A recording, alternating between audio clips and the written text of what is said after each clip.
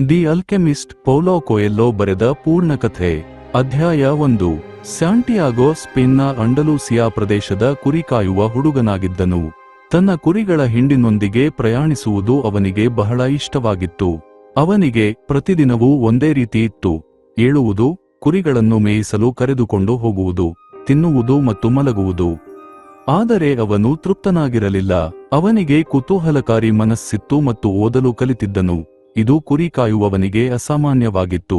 ಅವನು ಒಬ್ಬ ಪಾದ್ರಿಯಾಗಲು ಸೆಮಿನರಿಗೆ ಹೋಗಿದ್ದ, ಆದರೆ ಬದಲಿಗೆ ಪ್ರಯಾಣಿಸಲು ನಿರ್ಧರಿಸಿದನು. ಆದ್ದರಿಂದ ಅವನು ಕುರಿಗಳ ಹಿಂಡನ್ನು ಖರೀದಿಸಿದನು. ಪ್ರತಿ ವರ್ಷವೂ ಅವನು ತನ್ನ ಕುರಿಗಳನ್ನು ಅಂಡಲೂಸಿಯಾದ ಬೇರೆ ಬೇರೆ ಭಾಗಗಳಿಗೆ ಕರೆದುಕೊಂಡು ಹೋಗುತ್ತಿದ್ದನು. ಈ ವರ್ಷ ಅವನು ಟಾರಿಫಾಗೆ ತಲುಪಲು ಯೋಜಿಸುತ್ತಿದ್ದನು. ಅಲ್ಲಿ ಅಂಗಡಿಯಲ್ಲಿ ಕೆಲಸ ಮಾಡುವ ಹುಡುಗಿಯೊಬ್ಬಳು ಅವನಿಗೆ ತಿಳಿದಿದ್ದಳು. ಅವಳೊಂದಿಗೆ ಮಾತನಾಡುವುದು ಅವನಿಗೆ ಇಷ್ಟವಾಗಿತ್ತು, ಆದರೂ ಅದು ಬಹುಶಃ ಏನಕ್ಕೂ ಕಾರಣವಾಗುವುದಿಲ್ಲ. ಒಂದು ದಿನ ಅವನು ಟಾರಿಫಾವನ್ನು ಸಮೀಪಿಸುತ್ತಿದ್ದಾಗ ಅವನಿಗೆ ಎರಡನೇ ಬಾರಿಗೆ ಅದೇ ಕನಸು ಬಿತ್ತು. ಅವನು ತನ್ನ ಕುರಿಗಳೊಂದಿಗೆ ಒಂದು ಹೊಲದಲ್ಲಿ ಇದ್ದಂತೆ ಕನಸು ಕಂಡನು. ಆಗ ಒಂದು ಮಗು ಕಾಣಿಸಿಕೊಂಡು ಅವನ ಕೈಗಳನ್ನು ಹಿಡಿದುಕೊಂಡಿತು. ಆ ಮಗು ಅವನನ್ನು ಈಜಿಪ್ಟಿನ ಪಿರಮಿಡ್ಗಳವರೆಗೆ ಕರೆದುಕೊಂಡು ಹೋಯಿತು ಮತ್ತು ನೀನು ಇಲ್ಲಿಗೆ ಬಂದರೆ ನಿನಗೆ ಒಂದು ನಿಧಿ ಸಿಗುತ್ತದೆ ಎಂದು ಹೇಳಿತು. ಆ ಮಗು ಅವನಿಗೆ ನಿಧಿ ಎಲ್ಲಿದೆ ಎಂದು ತೋರಿಸಲು ಹೊರಟಿದ್ದಾಗ ಸಾಂಟಿಯಾಗೋ ಎಚ್ಚರಗೊಂಡನು. ಕನಸು ಅವನನ್ನು ಕಾಡಿತು. ಅವನು ಯಾವಾಗಲೂ ವರ್ತಮಾನದಲ್ಲಿ ಜೀವಿಸಿದ್ದನು, ಆದರೆ ಈ ಕನಸು ಮತ್ತೆ ಮತ್ತೆ ಬರುತ್ತಿತ್ತು. ಟಾರಿಫಾದಲ್ಲಿ ಕನಸುಗಳನ್ನು ಅರ್ಥೈಸುವ ವೃದ್ಧ ಜಿಪ್ಸಿ ಮಹಿಳೆಯನ್ನು ಸಂಪರ್ಕಿಸಲು ಅವನು ನಿರ್ಧರಿಸಿದನು. ಅಧ್ಯಾಯ 2. ಸ್ಯಾಂಟಿಯಾಗೋ ತನ್ನ ಕನಸನ್ನು ಜಿಪ್ಸಿ ಮಹಿಳೆಗೆ ಹೇಳಿದಾಗ ಅವಳು ಎಚ್ಚರಿಕೆಯಿಂದ ಕೇಳಿದಳು. ಅವನು ಮುಗಿಸಿದಾಗ ಅವಳು ಹೀಗೆಂದಳು, ನೀನು ಈಜಿಪ್ಟ್ಗೆ ಹೋಗಬೇಕು. ಆ ಪಿರಮಿಡ್ಗಳ ಬಗ್ಗೆ ನಾನು ಎಂದಿಗೂ ಕೇಳಿಲ್ಲ, ಆದರೆ ಒಂದು ಮಗು ನಿನಗೆ ನಿಧಿಯನ್ನು ತೋರಿಸಿದರೆ ಅದು ಅಸ್ತಿತ್ವದಲ್ಲಿದೆ. ನೀನು ಅದನ್ನು ಕಂಡುಕೊಂಡರೆ ಆ ನಿಧಿಯ 10ನೇ 1 ಭಾಗವನ್ನು ನನಗೆ ಕೊಡಬೇಕು. ಅವಳ ಸರಳ ವ್ಯಾಖ್ಯಾನ ಮತ್ತು ಪಾವತಿಯ ಕೋರಿಕೆಗೆ ಸ್ಯಾಂಟಿಯಾಗೋ ಆಶ್ಚರ್ಯಪಟ್ಟನು. ಅದು ಸ್ವಲ್ಪ ಮೋಸವೆಂದು ಅವನಿಗೆ ಅನ್ನಿಸಿತು. ಆದಾಗ್ಯೂ ಜಿಪ್ಸಿಗಳು ಬುದ್ಧಿವಂತರು ಎಂದು ಅವನು ಕಲಿತಿದ್ದನು. ಅದರ ಬಗ್ಗೆ ಯೋಚಿಸಲು ಅವನು ನಿರ್ಧರಿಸಿದನು. ಮರುದಿನ ಅವನು ತನ್ನ ಕುರಿಗಳನ್ನು ಮೇಯಿಸುತ್ತಿದ್ದಾಗ ಒಬ್ಬ ವೃದ್ಧನು ಅವನನ್ನು ಸಮೀಪಿಸಿದನು. ಆ ವ್ಯಕ್ತಿ ವಿಚಿತ್ರವಾದ ಬಟ್ಟೆಗಳನ್ನು ಧರಿಸಿದ್ದನು ಮತ್ತು ಸ್ಯಾಂಟಿಯಾಗೋ ಬಗ್ಗೆ ಬಹಳಷ್ಟು ತಿಳಿದಿರುವಂತೆ ತೋರುತ್ತಿದ್ದನು. ಅವನು ತನ್ನನ್ನು ತಾನು ಸೇಲಂನ ರಾಜ ಮೆಲ್ಕಿಸೆಡೆಕ್ ಎಂದು ಪರಿಚಯಿಸಿಕೊಂಡನು. ಆ ವೃದ್ಧನು ಸ್ಯಾಂಟಿಯಾಗೋಗೆ ಅವನ ಕನಸು ಅವನ ವೈಯಕ್ತಿಕ ದಂತಕಥೆ ಎಂದು ಹೇಳಿದನು. ಅವನು ಯಾವಾಗಲೂ ಸಾಧಿಸಲು ಬಯಸಿದ್ದು. ಮೆಲ್ಕಿಸೆಡೆಕ್ ವಿವರಿಸಿದನು, ಪ್ರತಿಯೊಬ್ಬರೂ ಅವರು ಚಿಕ್ಕವರಿದ್ದಾಗ ತಮ್ಮ ವೈಯಕ್ತಿಕ ದಂತಕಥೆ ಏನು ಎಂದು ತಿಳಿದಿರುತ್ತಾರೆ. ಆದರೆ ಕಾಲಾನಂತರದಲ್ಲಿ ಒಂದು ರಹಸ್ಯ ಶಕ್ತಿ ಅವರನ್ನು ಅದನ್ನು ತ್ಯಜಿಸಲು ಮನವೊಲಿಸಲು ಪ್ರಯತ್ನಿಸುತ್ತದೆ. ಮೆಲ್ಕಿಸೆಡೆಕ್ ಸ್ಯಾಂಟಿಯಾಗೋನನ್ನು ತನ್ನ ವೈಯಕ್ತಿಕ ದಂತಕಥೆಯನ್ನು ಅನುಸರಿಸಲು ಮತ್ತು ಈಜಿಪ್ಟ್ಗೆ ಹೋಗಲು ಪ್ರೋತ್ಸಾಹಿಸಿದನು. ದೇವರು ನೀಡುವ ಸೂಚನೆಗಳಾದ ಒಮೆನ್ಗಳನ್ನು ತೋರಿಸುವ ಮೂಲಕ ತಾನು ಸ್ಯಾಂಟಿಯಾಗೋಗೆ ಸಹಾಯ ಮಾಡಬಲ್ಲೆ ಎಂದು ಅವನು ಹೇಳಿದನು. ಬದಲಾಗಿ ಸ್ಯಾಂಟಿಯಾಗೋನ ಕುರಿಗಳ ಹಿಂಡಿನ 10ನೇ 1 ಭಾಗವನ್ನು ಅವನು ಕೇಳಿದನು. ಸ್ಯಾಂಟಿಯಾಗೋ ಹಿಂಜರಿದನು, ಆದರೆ ಅಂತಿಮವಾಗಿ ಒಪ್ಪಿಕೊಂಡನು. ಮೆಲ್ಕಿಸೆಡೆಕ್ 2 ಕಲ್ಲುಗಳನ್ನು ಹೊರತೆಗೆದನು, ಒಂದು ಬಿಳಿ ಮತ್ತು ಒಂದು ಕಪ್ಪು. ಅವುಗಳನ್ನು ಯುರಿಮ್ ಮತ್ತು ತುಮ್ಮಿಮ್ ಎಂದು ಕರೆಯಲಾಗುತ್ತದೆ. ಅವು ಸ್ಯಾಂಟಿಯಾಗೋಗೆ ಒಮೆನ್ಗಳನ್ನು ಓದಲು ಸಹಾಯ ಮಾಡಬಲ್ಲವು ಎಂದು ಅವನು ಹೇಳಿದನು. ಬಿಳಿ ಕಲ್ಲು ಎಂದರೆ ಹೌದು ಮತ್ತು ಕಪ್ಪು ಕಲ್ಲು ಎಂದರೆ ಇಲ್ಲ. ಬೇರೆ ಯಾವುದೇ ರೀತಿಯಲ್ಲಿ ಒಮೆನ್ಗಳನ್ನು ಓದಲು ಅಸಾಧ್ಯವಾದಾಗ ಮಾತ್ರ ಅವುಗಳನ್ನು ಬಳಸಲು ಅವನು ಸ್ಯಾಂಟಿಯಾಗೋಗೆ ಹೇಳಿದನು. ಆ ವೃದ್ಧ ರಾಜ ಸ್ಯಾಂಟಿಯಾಗೋನನ್ನು ಆಶೀರ್ವದಿಸಿ ಕಣ್ಮರೆಯಾದನು. ಸ್ಯಾಂಟಿಯಾಗೋ ತನ್ನ ಕುರಿಗಳನ್ನು ಮಾರಾಟ ಮಾಡಲು ಮತ್ತು ಈಜಿಪ್ಟ್ಗೆ ತನ್ನ ಪ್ರಯಾಣವನ್ನು ಪ್ರಾರಂಭಿಸಲು ನಿರ್ಧರಿಸಿದಾಗ ಉತ್ಸಾಹ ಮತ್ತು ಭಯದ ಮಿಶ್ರಣವನ್ನು ಅನುಭವಿಸಿದನು. ಅಧ್ಯಾಯ 3. ಸ್ಯಾಂಟಿಯಾಗೋ ತನ್ನ ಕುರಿಗಳನ್ನು ಮಾರಾಟ ಮಾಡಿ ಉತ್ತರ ಆಫ್ರಿಕಾದ ಟಾಂಜಿಯರ್ಗೆ ಹೋಗುವ ಹಡಗಿನ ಟಿಕೆಟ್ ಖರೀದಿಸಿದನು. ಅವನು ಸ್ವಾತಂತ್ರ್ಯದ ಭಾವನೆಯನ್ನು ಅನುಭವಿಸಿದನು, ಆದರೆ ತನ್ನ ಪರಿಚಿತ ಜೀವನವನ್ನು ತೊರೆದ ದುಃಖವು ಆವರಿಸಿತು. ಅವನು ಟಾಂಜಿಯರ್ಗೆ ಬಂದಾಗ ಎಲ್ಲವೂ ಹೊಸತು ಮತ್ತು ವಿಚಿತ್ರವಾಗಿತ್ತು. ಅವನಿಗೆ ಅರೇಬಿಕ್ ಮಾತನಾಡಲು ಬರುತ್ತಿರಲಿಲ್ಲ. ಅವನು ಮಾರುಕಟ್ಟೆಯ ಮೂಲಕ ನಡೆಯುತ್ತಿದ್ದಾಗ ಸ್ಪ್ಯಾನಿಷ್ ಮಾತನಾಡುತ್ತಿದ್ದ ಯುವಕನೊಬ್ಬನನ್ನು ಭೇಟಿಯಾದನು ಮತ್ತು ಅವನು ಮಾರ್ಗದರ್ಶನ ನೀಡಲು ಮುಂದಾದನು. ಸ್ಯಾಂಟಿಯಾಗೋ ಅವನನ್ನು ನಂಬಿದನು. ಆ ಯುವಕ ಸ್ಯಾಂಟಿಯಾಗೋನನ್ನು ಮಾರುಕಟ್ಟೆಯ ಜನನಿಬಿಡ ಪ್ರದೇಶಕ್ಕೆ ಕರೆದುಕೊಂಡು ಹೋದನು. ಸ್ಯಾಂಟಿಯಾಗೋ ದೃಶ್ಯಗಳು ಮತ್ತು ಶಬ್ದಗಳಿಂದ ವಿಚಲಿತನಾಗಿದ್ದಾಗ ಆ ಯುವಕ ಸ್ಯಾಂಟಿಯಾಗೋನ ಎಲ್ಲಾ ಹಣದೊಂದಿಗೆ ಕಣ್ಮರೆಯಾದನು. ಸಾಂತಿಯಾಗೋ ಮನನೊಮ್ಮೆಲೆ ಆಗಿ ಹೋದ. ಅವನು ಒಂದು ವಿದೇಶಿ ನಾಡಿನಲ್ಲಿ ಹಣವಿಲ್ಲದೆ ಭಾಷೆಯನ್ನು ತಿಳಿಯದೆ ಅಲೆಯುತ್ತಿದ್ದ ಯುವಕನನ್ನು ನಂಬಿದ್ದಕ್ಕಾಗಿ ತಾನು ಒಬ್ಬ ಮೂರ್ಖ ಎಂದು ಅನಿಸಿತು. ಸ್ಪೇನ್ಗೆ ಮರಳಿ ಮತ್ತೊಮ್ಮೆ ಗೊಲ್ಲನಾಗುವ ಯೋಚನೆ ಅವನಲ್ಲಿ ಮೂಡಿತು. ಆದಾಗ್ಯೂ ತನ್ನ ವೈಯಕ್ತಿಕ ದಂತಕಥೆಯನ್ನು ಅನುಸರಿಸುವ ಬಗ್ಗೆ ಮೆಲ್ಕಿಸೆಡೆಕ್ ಹೇಳಿದ ಮಾತುಗಳು ಅವನಿಗೆ ನೆನಪಾದವು. ಅವನು ಬಿಟ್ಟುಕೊಡಬಾರದೆಂದು ನಿರ್ಧರಿಸಿದನು. ಬದುಕಲು ಮತ್ತು ತನ್ನ ಪ್ರಯಾಣವನ್ನು ಮುಂದುವರಿಸಲು ಅವನು ಒಂದು ಮಾರ್ಗವನ್ನು ಕಂಡುಕೊಳ್ಳಬೇಕಾಗಿತ್ತು. ಅವನು ದಯಾಳು ಆದರೆ ಜಾಗರೂಕ ವ್ಯಾಪಾರಿಗೆ ಸೇರಿದ ಒಂದು ಸ್ಫಟಿಕ ಅಂಗಡಿಯಲ್ಲಿ ಕೆಲಸ ಕಂಡುಕೊಂಡನು. ಸ್ಯಾಂಟಿಯಾಗೋನ ಕಠಿಣ ಪರಿಶ್ರಮ ಮತ್ತು ಹೊಸ ಆಲೋಚನೆಗಳು ಅಂಗಡಿಯನ್ನು ಹೆಚ್ಚು ಯಶಸ್ವಿಯಾಗಿಸಲು ಸಹಾಯ ಮಾಡಿದವು. ಕನಸುಗಳ ಶಕ್ತಿ ಮತ್ತು ಅವುಗಳನ್ನು ನನಸಾಗಿಸುವ ಭಯದ ಬಗ್ಗೆ ಅವನು ಆ ವ್ಯಾಪಾರಿಯಿಂದ ಬಹಳಷ್ಟು ಕಲಿತನು. ಅಧ್ಯಾಯ 4. ಸ್ಯಾಂಟಿಯಾಗೋ ಸುಮಾರು 1 ವರ್ಷ ಕಾಲ ಸ್ಫಟಿಕದ ಅಂಗಡಿಯಲ್ಲಿ ಕೆಲಸ ಮಾಡಿದನು. ಸ್ಪೇನ್ಗೆ ಹಿಂತಿರುಗಿ ಹೆಚ್ಚಿನ ಕುರಿಗಳನ್ನು ಖರೀದಿಸಲು ಸಾಕಷ್ಟು ಹಣವನ್ನು ಅವನು ಉಳಿಸಿದ್ದನು. ವ್ಯಾಪಾರಿ ಕೂಡ ಅದೇ ಮಾಡುತ್ತಾನೆ ಎಂದುಕೊಂಡಿದ್ದನು. ಆದರೆ ಸ್ಯಾಂಟಿಯಾಗೋ ಇನ್ನೂ ಪಿರಮಿಡ್ಗಳ ಬಳಿಯ ನಿಧಿಯ ಕನಸು ಕಾಣುತ್ತಿದ್ದನು. ತನ್ನ ಪ್ರಯಾಣವನ್ನು ಮುಂದುವರಿಸಲು ಅವನಿಗೆ ತೀವ್ರವಾದ ಆಸೆ ಇತ್ತು. ಜಗತ್ತಿಗೆ ಒಂದು ಆತ್ಮವಿದೆ ಮತ್ತು ಆ ಆತ್ಮವನ್ನು ಅರ್ಥಮಾಡಿಕೊಂಡವನು ವಸ್ತುಗಳ ಭಾಷೆಯನ್ನು ಅರ್ಥಮಾಡಿಕೊಳ್ಳಬಲ್ಲನು ಎಂದು ಅವನು ಕಲಿತಿದ್ದನು. ಅನೇಕ ರಸವಿದ್ಯಾವಿದರು ತಮ್ಮ ವೈಯಕ್ತಿಕ ದಂತಕಥೆಗಳನ್ನು ನನಸಾಗಿಸಿಕೊಂಡಿದ್ದಾರೆ ಮತ್ತು ದೊಡ್ಡ ನಿಧಿಗಳನ್ನು ಕಂಡುಹಿಡಿದಿದ್ದಾರೆಂದು ಸಹ ಅವನು ಕಲಿತಿದ್ದನು. ಒಂದು ದಿನ ಈಜಿಪ್ಟ್ಗೆ ಮರುಭೂಮಿಯನ್ನು ದಾಟಲು ಒಂದು ಯಾತ್ರಾ ತಂಡವು ರೂಪುಗೊಳ್ಳುತ್ತಿತ್ತು. ಸ್ಯಾಂಟಿಯಾಗೋ ಅದರಲ್ಲಿ ಸೇರಲು ನಿರ್ಧರಿಸಿದನು. ಅವನು ತನ್ನ ಕೆಲವು ವಸ್ತುಗಳನ್ನು ಕಟ್ಟಿಕೊಂಡು ಅವನು ಹೋಗುವುದನ್ನು ನೋಡಿ ದುಃಖಿತನಾಗಿದ್ದರೂ ಅವನ ನಿರ್ಧಾರವನ್ನು ಗೌರವಿಸಿದ ಸ್ಫಟಿಕದ ವ್ಯಾಪಾರಿಗೆ ವಿದಾಯ ಹೇಳಿದನು. ಆ ಯಾತ್ರಾ ತಂಡದಲ್ಲಿ ಸ್ಯಾಂಟಿಯಾಗೋ ಒಬ್ಬ ಪ್ರಸಿದ್ಧ ರಸವಿದ್ಯಾವಿದನನ್ನು ಹುಡುಕಿಕೊಂಡು ಪ್ರಯಾಣಿಸುತ್ತಿದ್ದ ಇಂಗ್ಲಿಷ್ ವ್ಯಕ್ತಿಯನ್ನು ಭೇಟಿಯಾದನು. ಆ ಇಂಗ್ಲಿಷ್ ವ್ಯಕ್ತಿಯ ಬಳಿ ರಸವಿದ್ಯೆಯ ಬಗ್ಗೆ ಅನೇಕ ಪುಸ್ತಕಗಳಿದ್ದವು ಮತ್ತು ಅವನು ಸಾಮಾನ್ಯ ಲೋಹಗಳನ್ನು ಚಿನ್ನವಾಗಿ ಪರಿವರ್ತಿಸುವ ರಹಸ್ಯಗಳನ್ನು ಕಲಿಯಲು ಉತ್ಸುಕನಾಗಿದ್ದನು. ಸ್ಯಾಂಟಿಯಾಗೋಗೆ ಮರುಭೂಮಿಯ ಬಗ್ಗೆ ಕಲಿಯಲು ಹೆಚ್ಚು ಆಸಕ್ತಿ ಇತ್ತು. ಸಹಾರಾ ಮರುಭೂಮಿಯಲ್ಲಿನ ದೀರ್ಘ ಪ್ರಯಾಣದ ಸಮಯದಲ್ಲಿ ಸಾಂತಿಯಾಗೋ ಕಾನ್ವಾಯ್ ಮತ್ತು ಮರುಭೂಮಿಯನ್ನು ಎಚ್ಚರಿಕೆಯಿಂದ ಗಮನಿಸಿದ. ಅವನು ಲಕ್ಷಣಗಳ ಮಹತ್ವವನ್ನು ಮತ್ತು ತನ್ನ ಹೃದಯದ ಧ್ವನಿಯನ್ನು ಕೇಳಲು ಕಲಿತ. ಅವನು ಆಂಗ್ಲೇಯನೊಂದಿಗೆ ಪ್ರಯಾಣಿಸುವ ತಮ್ಮ ಕಾರಣಗಳ ಬಗ್ಗೆ ಆಗಾಗ್ಗೆ ಚರ್ಚಿಸುತ್ತಿದ್ದರು. ಅಧ್ಯಾಯ 5. ಯಾತ್ರಾ ತಂಡವು ಮರುಭೂಮಿಯ ಆಳಕ್ಕೆ ಸಾಗುತ್ತಿದ್ದಂತೆ ಬುಡಕಟ್ಟು ಜನಾಂಗಗಳ ನಡುವಿನ ಯುದ್ಧದ ಬಗ್ಗೆ ಮಾತುಕತೆಗಳು ಹೆಚ್ಚಾದವು. ಪ್ರಯಾಣಿಕರು ಆತಂಕಗೊಂಡರು.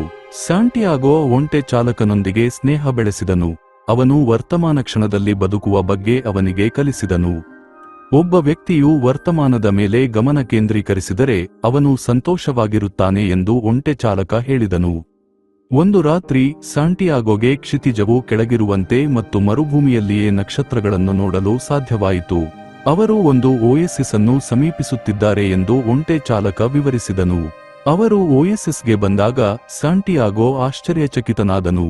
ಅದು ಅವನು ಊಹಿಸಿದ್ದಕ್ಕಿಂತಲೂ ದೊಡ್ಡದಾಗಿತ್ತು. ಅನೇಕ ಬಾವಿಗಳು ಮತ್ತು ತಾಳೆ ಮರಗಳು ಇದ್ದವು. ಪ್ರಯಾಣಿಕರು ಆಶ್ರಯ ಸಿಕ್ಕಿದ್ದಕ್ಕೆ ನಿರಾಳರಾದರು. ಬುಡಕಟ್ಟು ಜನಾಂಗಗಳ ಯುದ್ಧದ ಸಮಯದಲ್ಲಿ ಓಯಸಿಸ್ಗಳು ತಟಸ್ಥ ಪ್ರದೇಶಗಳಾಗಿದ್ದವು ಎಂದು ಯಾತ್ರಾ ತಂಡದ ನಾಯಕ ವಿವರಿಸಿದನು. ಪ್ರಯಾಣಿಕರು ಸೇರಿದಂತೆ ಪ್ರತಿಯೊಬ್ಬರೂ ತಮ್ಮ ಆಯುಧಗಳನ್ನು ಒಪ್ಪಿಸಬೇಕಾಗಿತ್ತು. ತಾನು ತಂದಿದ್ದ ರಿವಾಲ್ವರ್ ಅನ್ನು ಇಂಗ್ಲಿಷ್ ವ್ಯಕ್ತಿ ಸ್ವಯಂ ಪ್ರೇರಿತವಾಗಿ ಒಪ್ಪಿಸಿದಾಗ ಸ್ಯಾಂಟಿಯಾಗೋ ಆಶ್ಚರ್ಯಪಟ್ಟನು. ಅದು ಜನರನ್ನು ನಂಬಲು ತನಗೆ ಸಹಾಯ ಮಾಡಿತ್ತು ಎಂದು ಇಂಗ್ಲಿಷ್ ವ್ಯಕ್ತಿ ಹೇಳಿದನು. ಸ್ಯಾಂಟಿಯಾಗೋ ತನ್ನ ನಿಧಿಯ ಬಗ್ಗೆ ಯೋಚಿಸಿದನು. ತಾನು ತನ್ನ ಕನಸಿಗೆ ಹತ್ತಿರವಾದಷ್ಟು ವಿಷಯಗಳು ಹೆಚ್ಚು ಕಷ್ಟಕರವಾಗುತ್ತಿವೆ ಎಂದು ಅವನು ಅರಿತುಕೊಂಡನು. ಅವನು ಪರೀಕ್ಷಿಸಲ್ಪಡುತ್ತಿರುವಂತೆ ಭಾವಿಸಿದನು. ಅವನು ವೃದ್ಧ ರಾಜನ ಆರಂಭಿಕ ಅದೃಷ್ಟ ಮತ್ತು ಅಂತಿಮ ಪರೀಕ್ಷೆಯ ಮಾತುಗಳನ್ನು ನೆನಪಿಸಿಕೊಂಡನು. ಅವನು ತಾಳ್ಮೆಯಿಂದಿರಬೇಕು ಮತ್ತು ಸೂಚನೆಗಳನ್ನು ಗಮನಿಸಬೇಕು ಎಂದು ಅವನಿಗೆ ತಿಳಿದಿತ್ತು. ಅಧ್ಯಾಯ 6. ಓಯಸಿಸ್ನಲ್ಲಿ ಸ್ಯಾಂಟಿಯಾಗೋ ಬಾವಿಯ ಬಳಿ ಒಬ್ಬ ಯುವತಿಯನ್ನು ಭೇಟಿಯಾದನು. ಅವಳ ಹೆಸರು ಫಾತಿಮಾ. ಅವಳ ಕಣ್ಣುಗಳನ್ನು ನೋಡಿದ ಕ್ಷಣ ಅವನು ಹಿಂದೆಂದೂ ಅನುಭವಿಸದ ಪ್ರೀತಿಯನ್ನು ಅನುಭವಿಸಿದನು. ಅದು ಒಂದು ಸೂಚನೆ ಎಂದು ಅವನು ಭಾವಿಸಿದನು. ತಾನು ಕಾಯುತ್ತಿದ್ದದ್ದು ಅದೇ. ಅವಳು ತನ್ನ ಜೀವನದ ಮಹಿಳೆ ಎಂದು ಅವನಿಗೆ ಪದಗಳಿಲ್ಲದೆ ತಿಳಿದಿತ್ತು. ಅವಳ ಹೆಸರು ಫಾತಿಮಾ ಎಂದು ಅವನು ತಿಳಿದುಕೊಂಡನು. ಇಂಗ್ಲಿಷ್ ವ್ಯಕ್ತಿ ಹುಡುಕುತ್ತಿದ್ದ ರಸವಿದ್ಯಾವಿದನ ಬಗ್ಗೆ ಅವನು ಅವಳನ್ನು ಕೇಳಿದನು. ಅವಳು ದಕ್ಷಿಣಕ್ಕೆ ತೋರಿಸಿ ಆ ಜ್ಞಾನಿಯಲ್ಲಿ ವಾಸಿಸುತ್ತಿದ್ದನೆಂದು ಹೇಳಿದಳು. ಇಂಗ್ಲಿಷ್ ವ್ಯಕ್ತಿ ರಸವಿದ್ಯಾವಿದನನ್ನು ಹುಡುಕಲು ಹೋದನು. ಸ್ಯಾಂಟಿಯಾಗೋ ಬಾವಿಯ ಬಳಿಯೇ ಇದ್ದು ಫಾತಿಮಾಳ ಬಗ್ಗೆ ಯೋಚಿಸುತ್ತಿದ್ದನು. ಅವಳ ಅಸ್ತಿತ್ವದ ಬಗ್ಗೆ ತನಗೆ ತಿಳಿಯುವ ಮೊದಲೇ ತಾನು ಅವಳನ್ನು ಪ್ರೀತಿಸುತ್ತಿದ್ದೆ ಎಂದು ಅವನು ಅರಿತುಕೊಂಡನು. ಅವಳ ಮೇಲಿನ ತನ್ನ ಪ್ರೀತಿ ಜಗತ್ತಿನ ಯಾವುದೇ ನಿಧಿಯನ್ನು ಹುಡುಕಲು ತನಗೆ ಸಹಾಯ ಮಾಡುತ್ತದೆ ಎಂದು ಅವನು ಭಾವಿಸಿದನು. ಮರುದಿನ ಸಾಂಟಿಯಾಗೋ ಬಾವಿಗೆ ಹಿಂತಿರುಗಿ ಫಾತಿಮಾಳಿಗೆ ತಾನು ಅವಳನ್ನು ಪ್ರೀತಿಸುತ್ತೇನೆ ಮತ್ತು ಅವಳನ್ನು ಮದುವೆಯಾಗಲು ಬಯಸುತ್ತೇನೆ ಎಂದು ಹೇಳಿದನು. ಫಾತಿಮಾ ತನ್ನ ಕೊಡವನ್ನು ಕೆಡವಿ ನೀರನ್ನು ಚೆಲ್ಲಿದಳು. ಯುದ್ಧ ಒಂದು ದಿನ ಕೊನೆಗೊಳ್ಳುತ್ತದೆ ಎಂದು ಅವಳು ಹೇಳಿದಳು. ಸಾಂಟಿಯಾಗೋ ತನ್ನ ಕುರಿ ಕಾಯುವ ಹಿಂದಿನ ಜೀವನದ ಬಗ್ಗೆ ಯೋಚಿಸಿದನು ಮತ್ತು ಅಗತ್ಯವಿದ್ದರೆ ತಾನು ಅದಕ್ಕೆ ಹಿಂತಿರುಗಬಲ್ಲೆ ಎಂದು ತಿಳಿದಿದ್ದನು. ಆದರೆ ಯಾವುದೇ ನಿಧಿಗಿಂತ ಫಾತಿಮಾ ಅವನಿಗೆ ಹೆಚ್ಚು ಮುಖ್ಯವಾಗಿದ್ದಳು. ನಿಧಿಯನ್ನು ಹುಡುಕಿಕೊಂಡು ಹೋಗುವ ತಮ್ಮ ಪುರುಷರ ಬಗ್ಗೆ ಮರುಭೂಮಿಯ ಮಹಿಳೆಯರು ಹೆಮ್ಮೆಪಡುತ್ತಾರೆ ಎಂದು ಫಾತಿಮಾ ಅವನಿಗೆ ಹೇಳಿದಳು. ಅವಳು ತನ್ನ ಕೊಡವನ್ನು ತುಂಬಿಸಿ ಹೊರಟು ಹೋದಳು.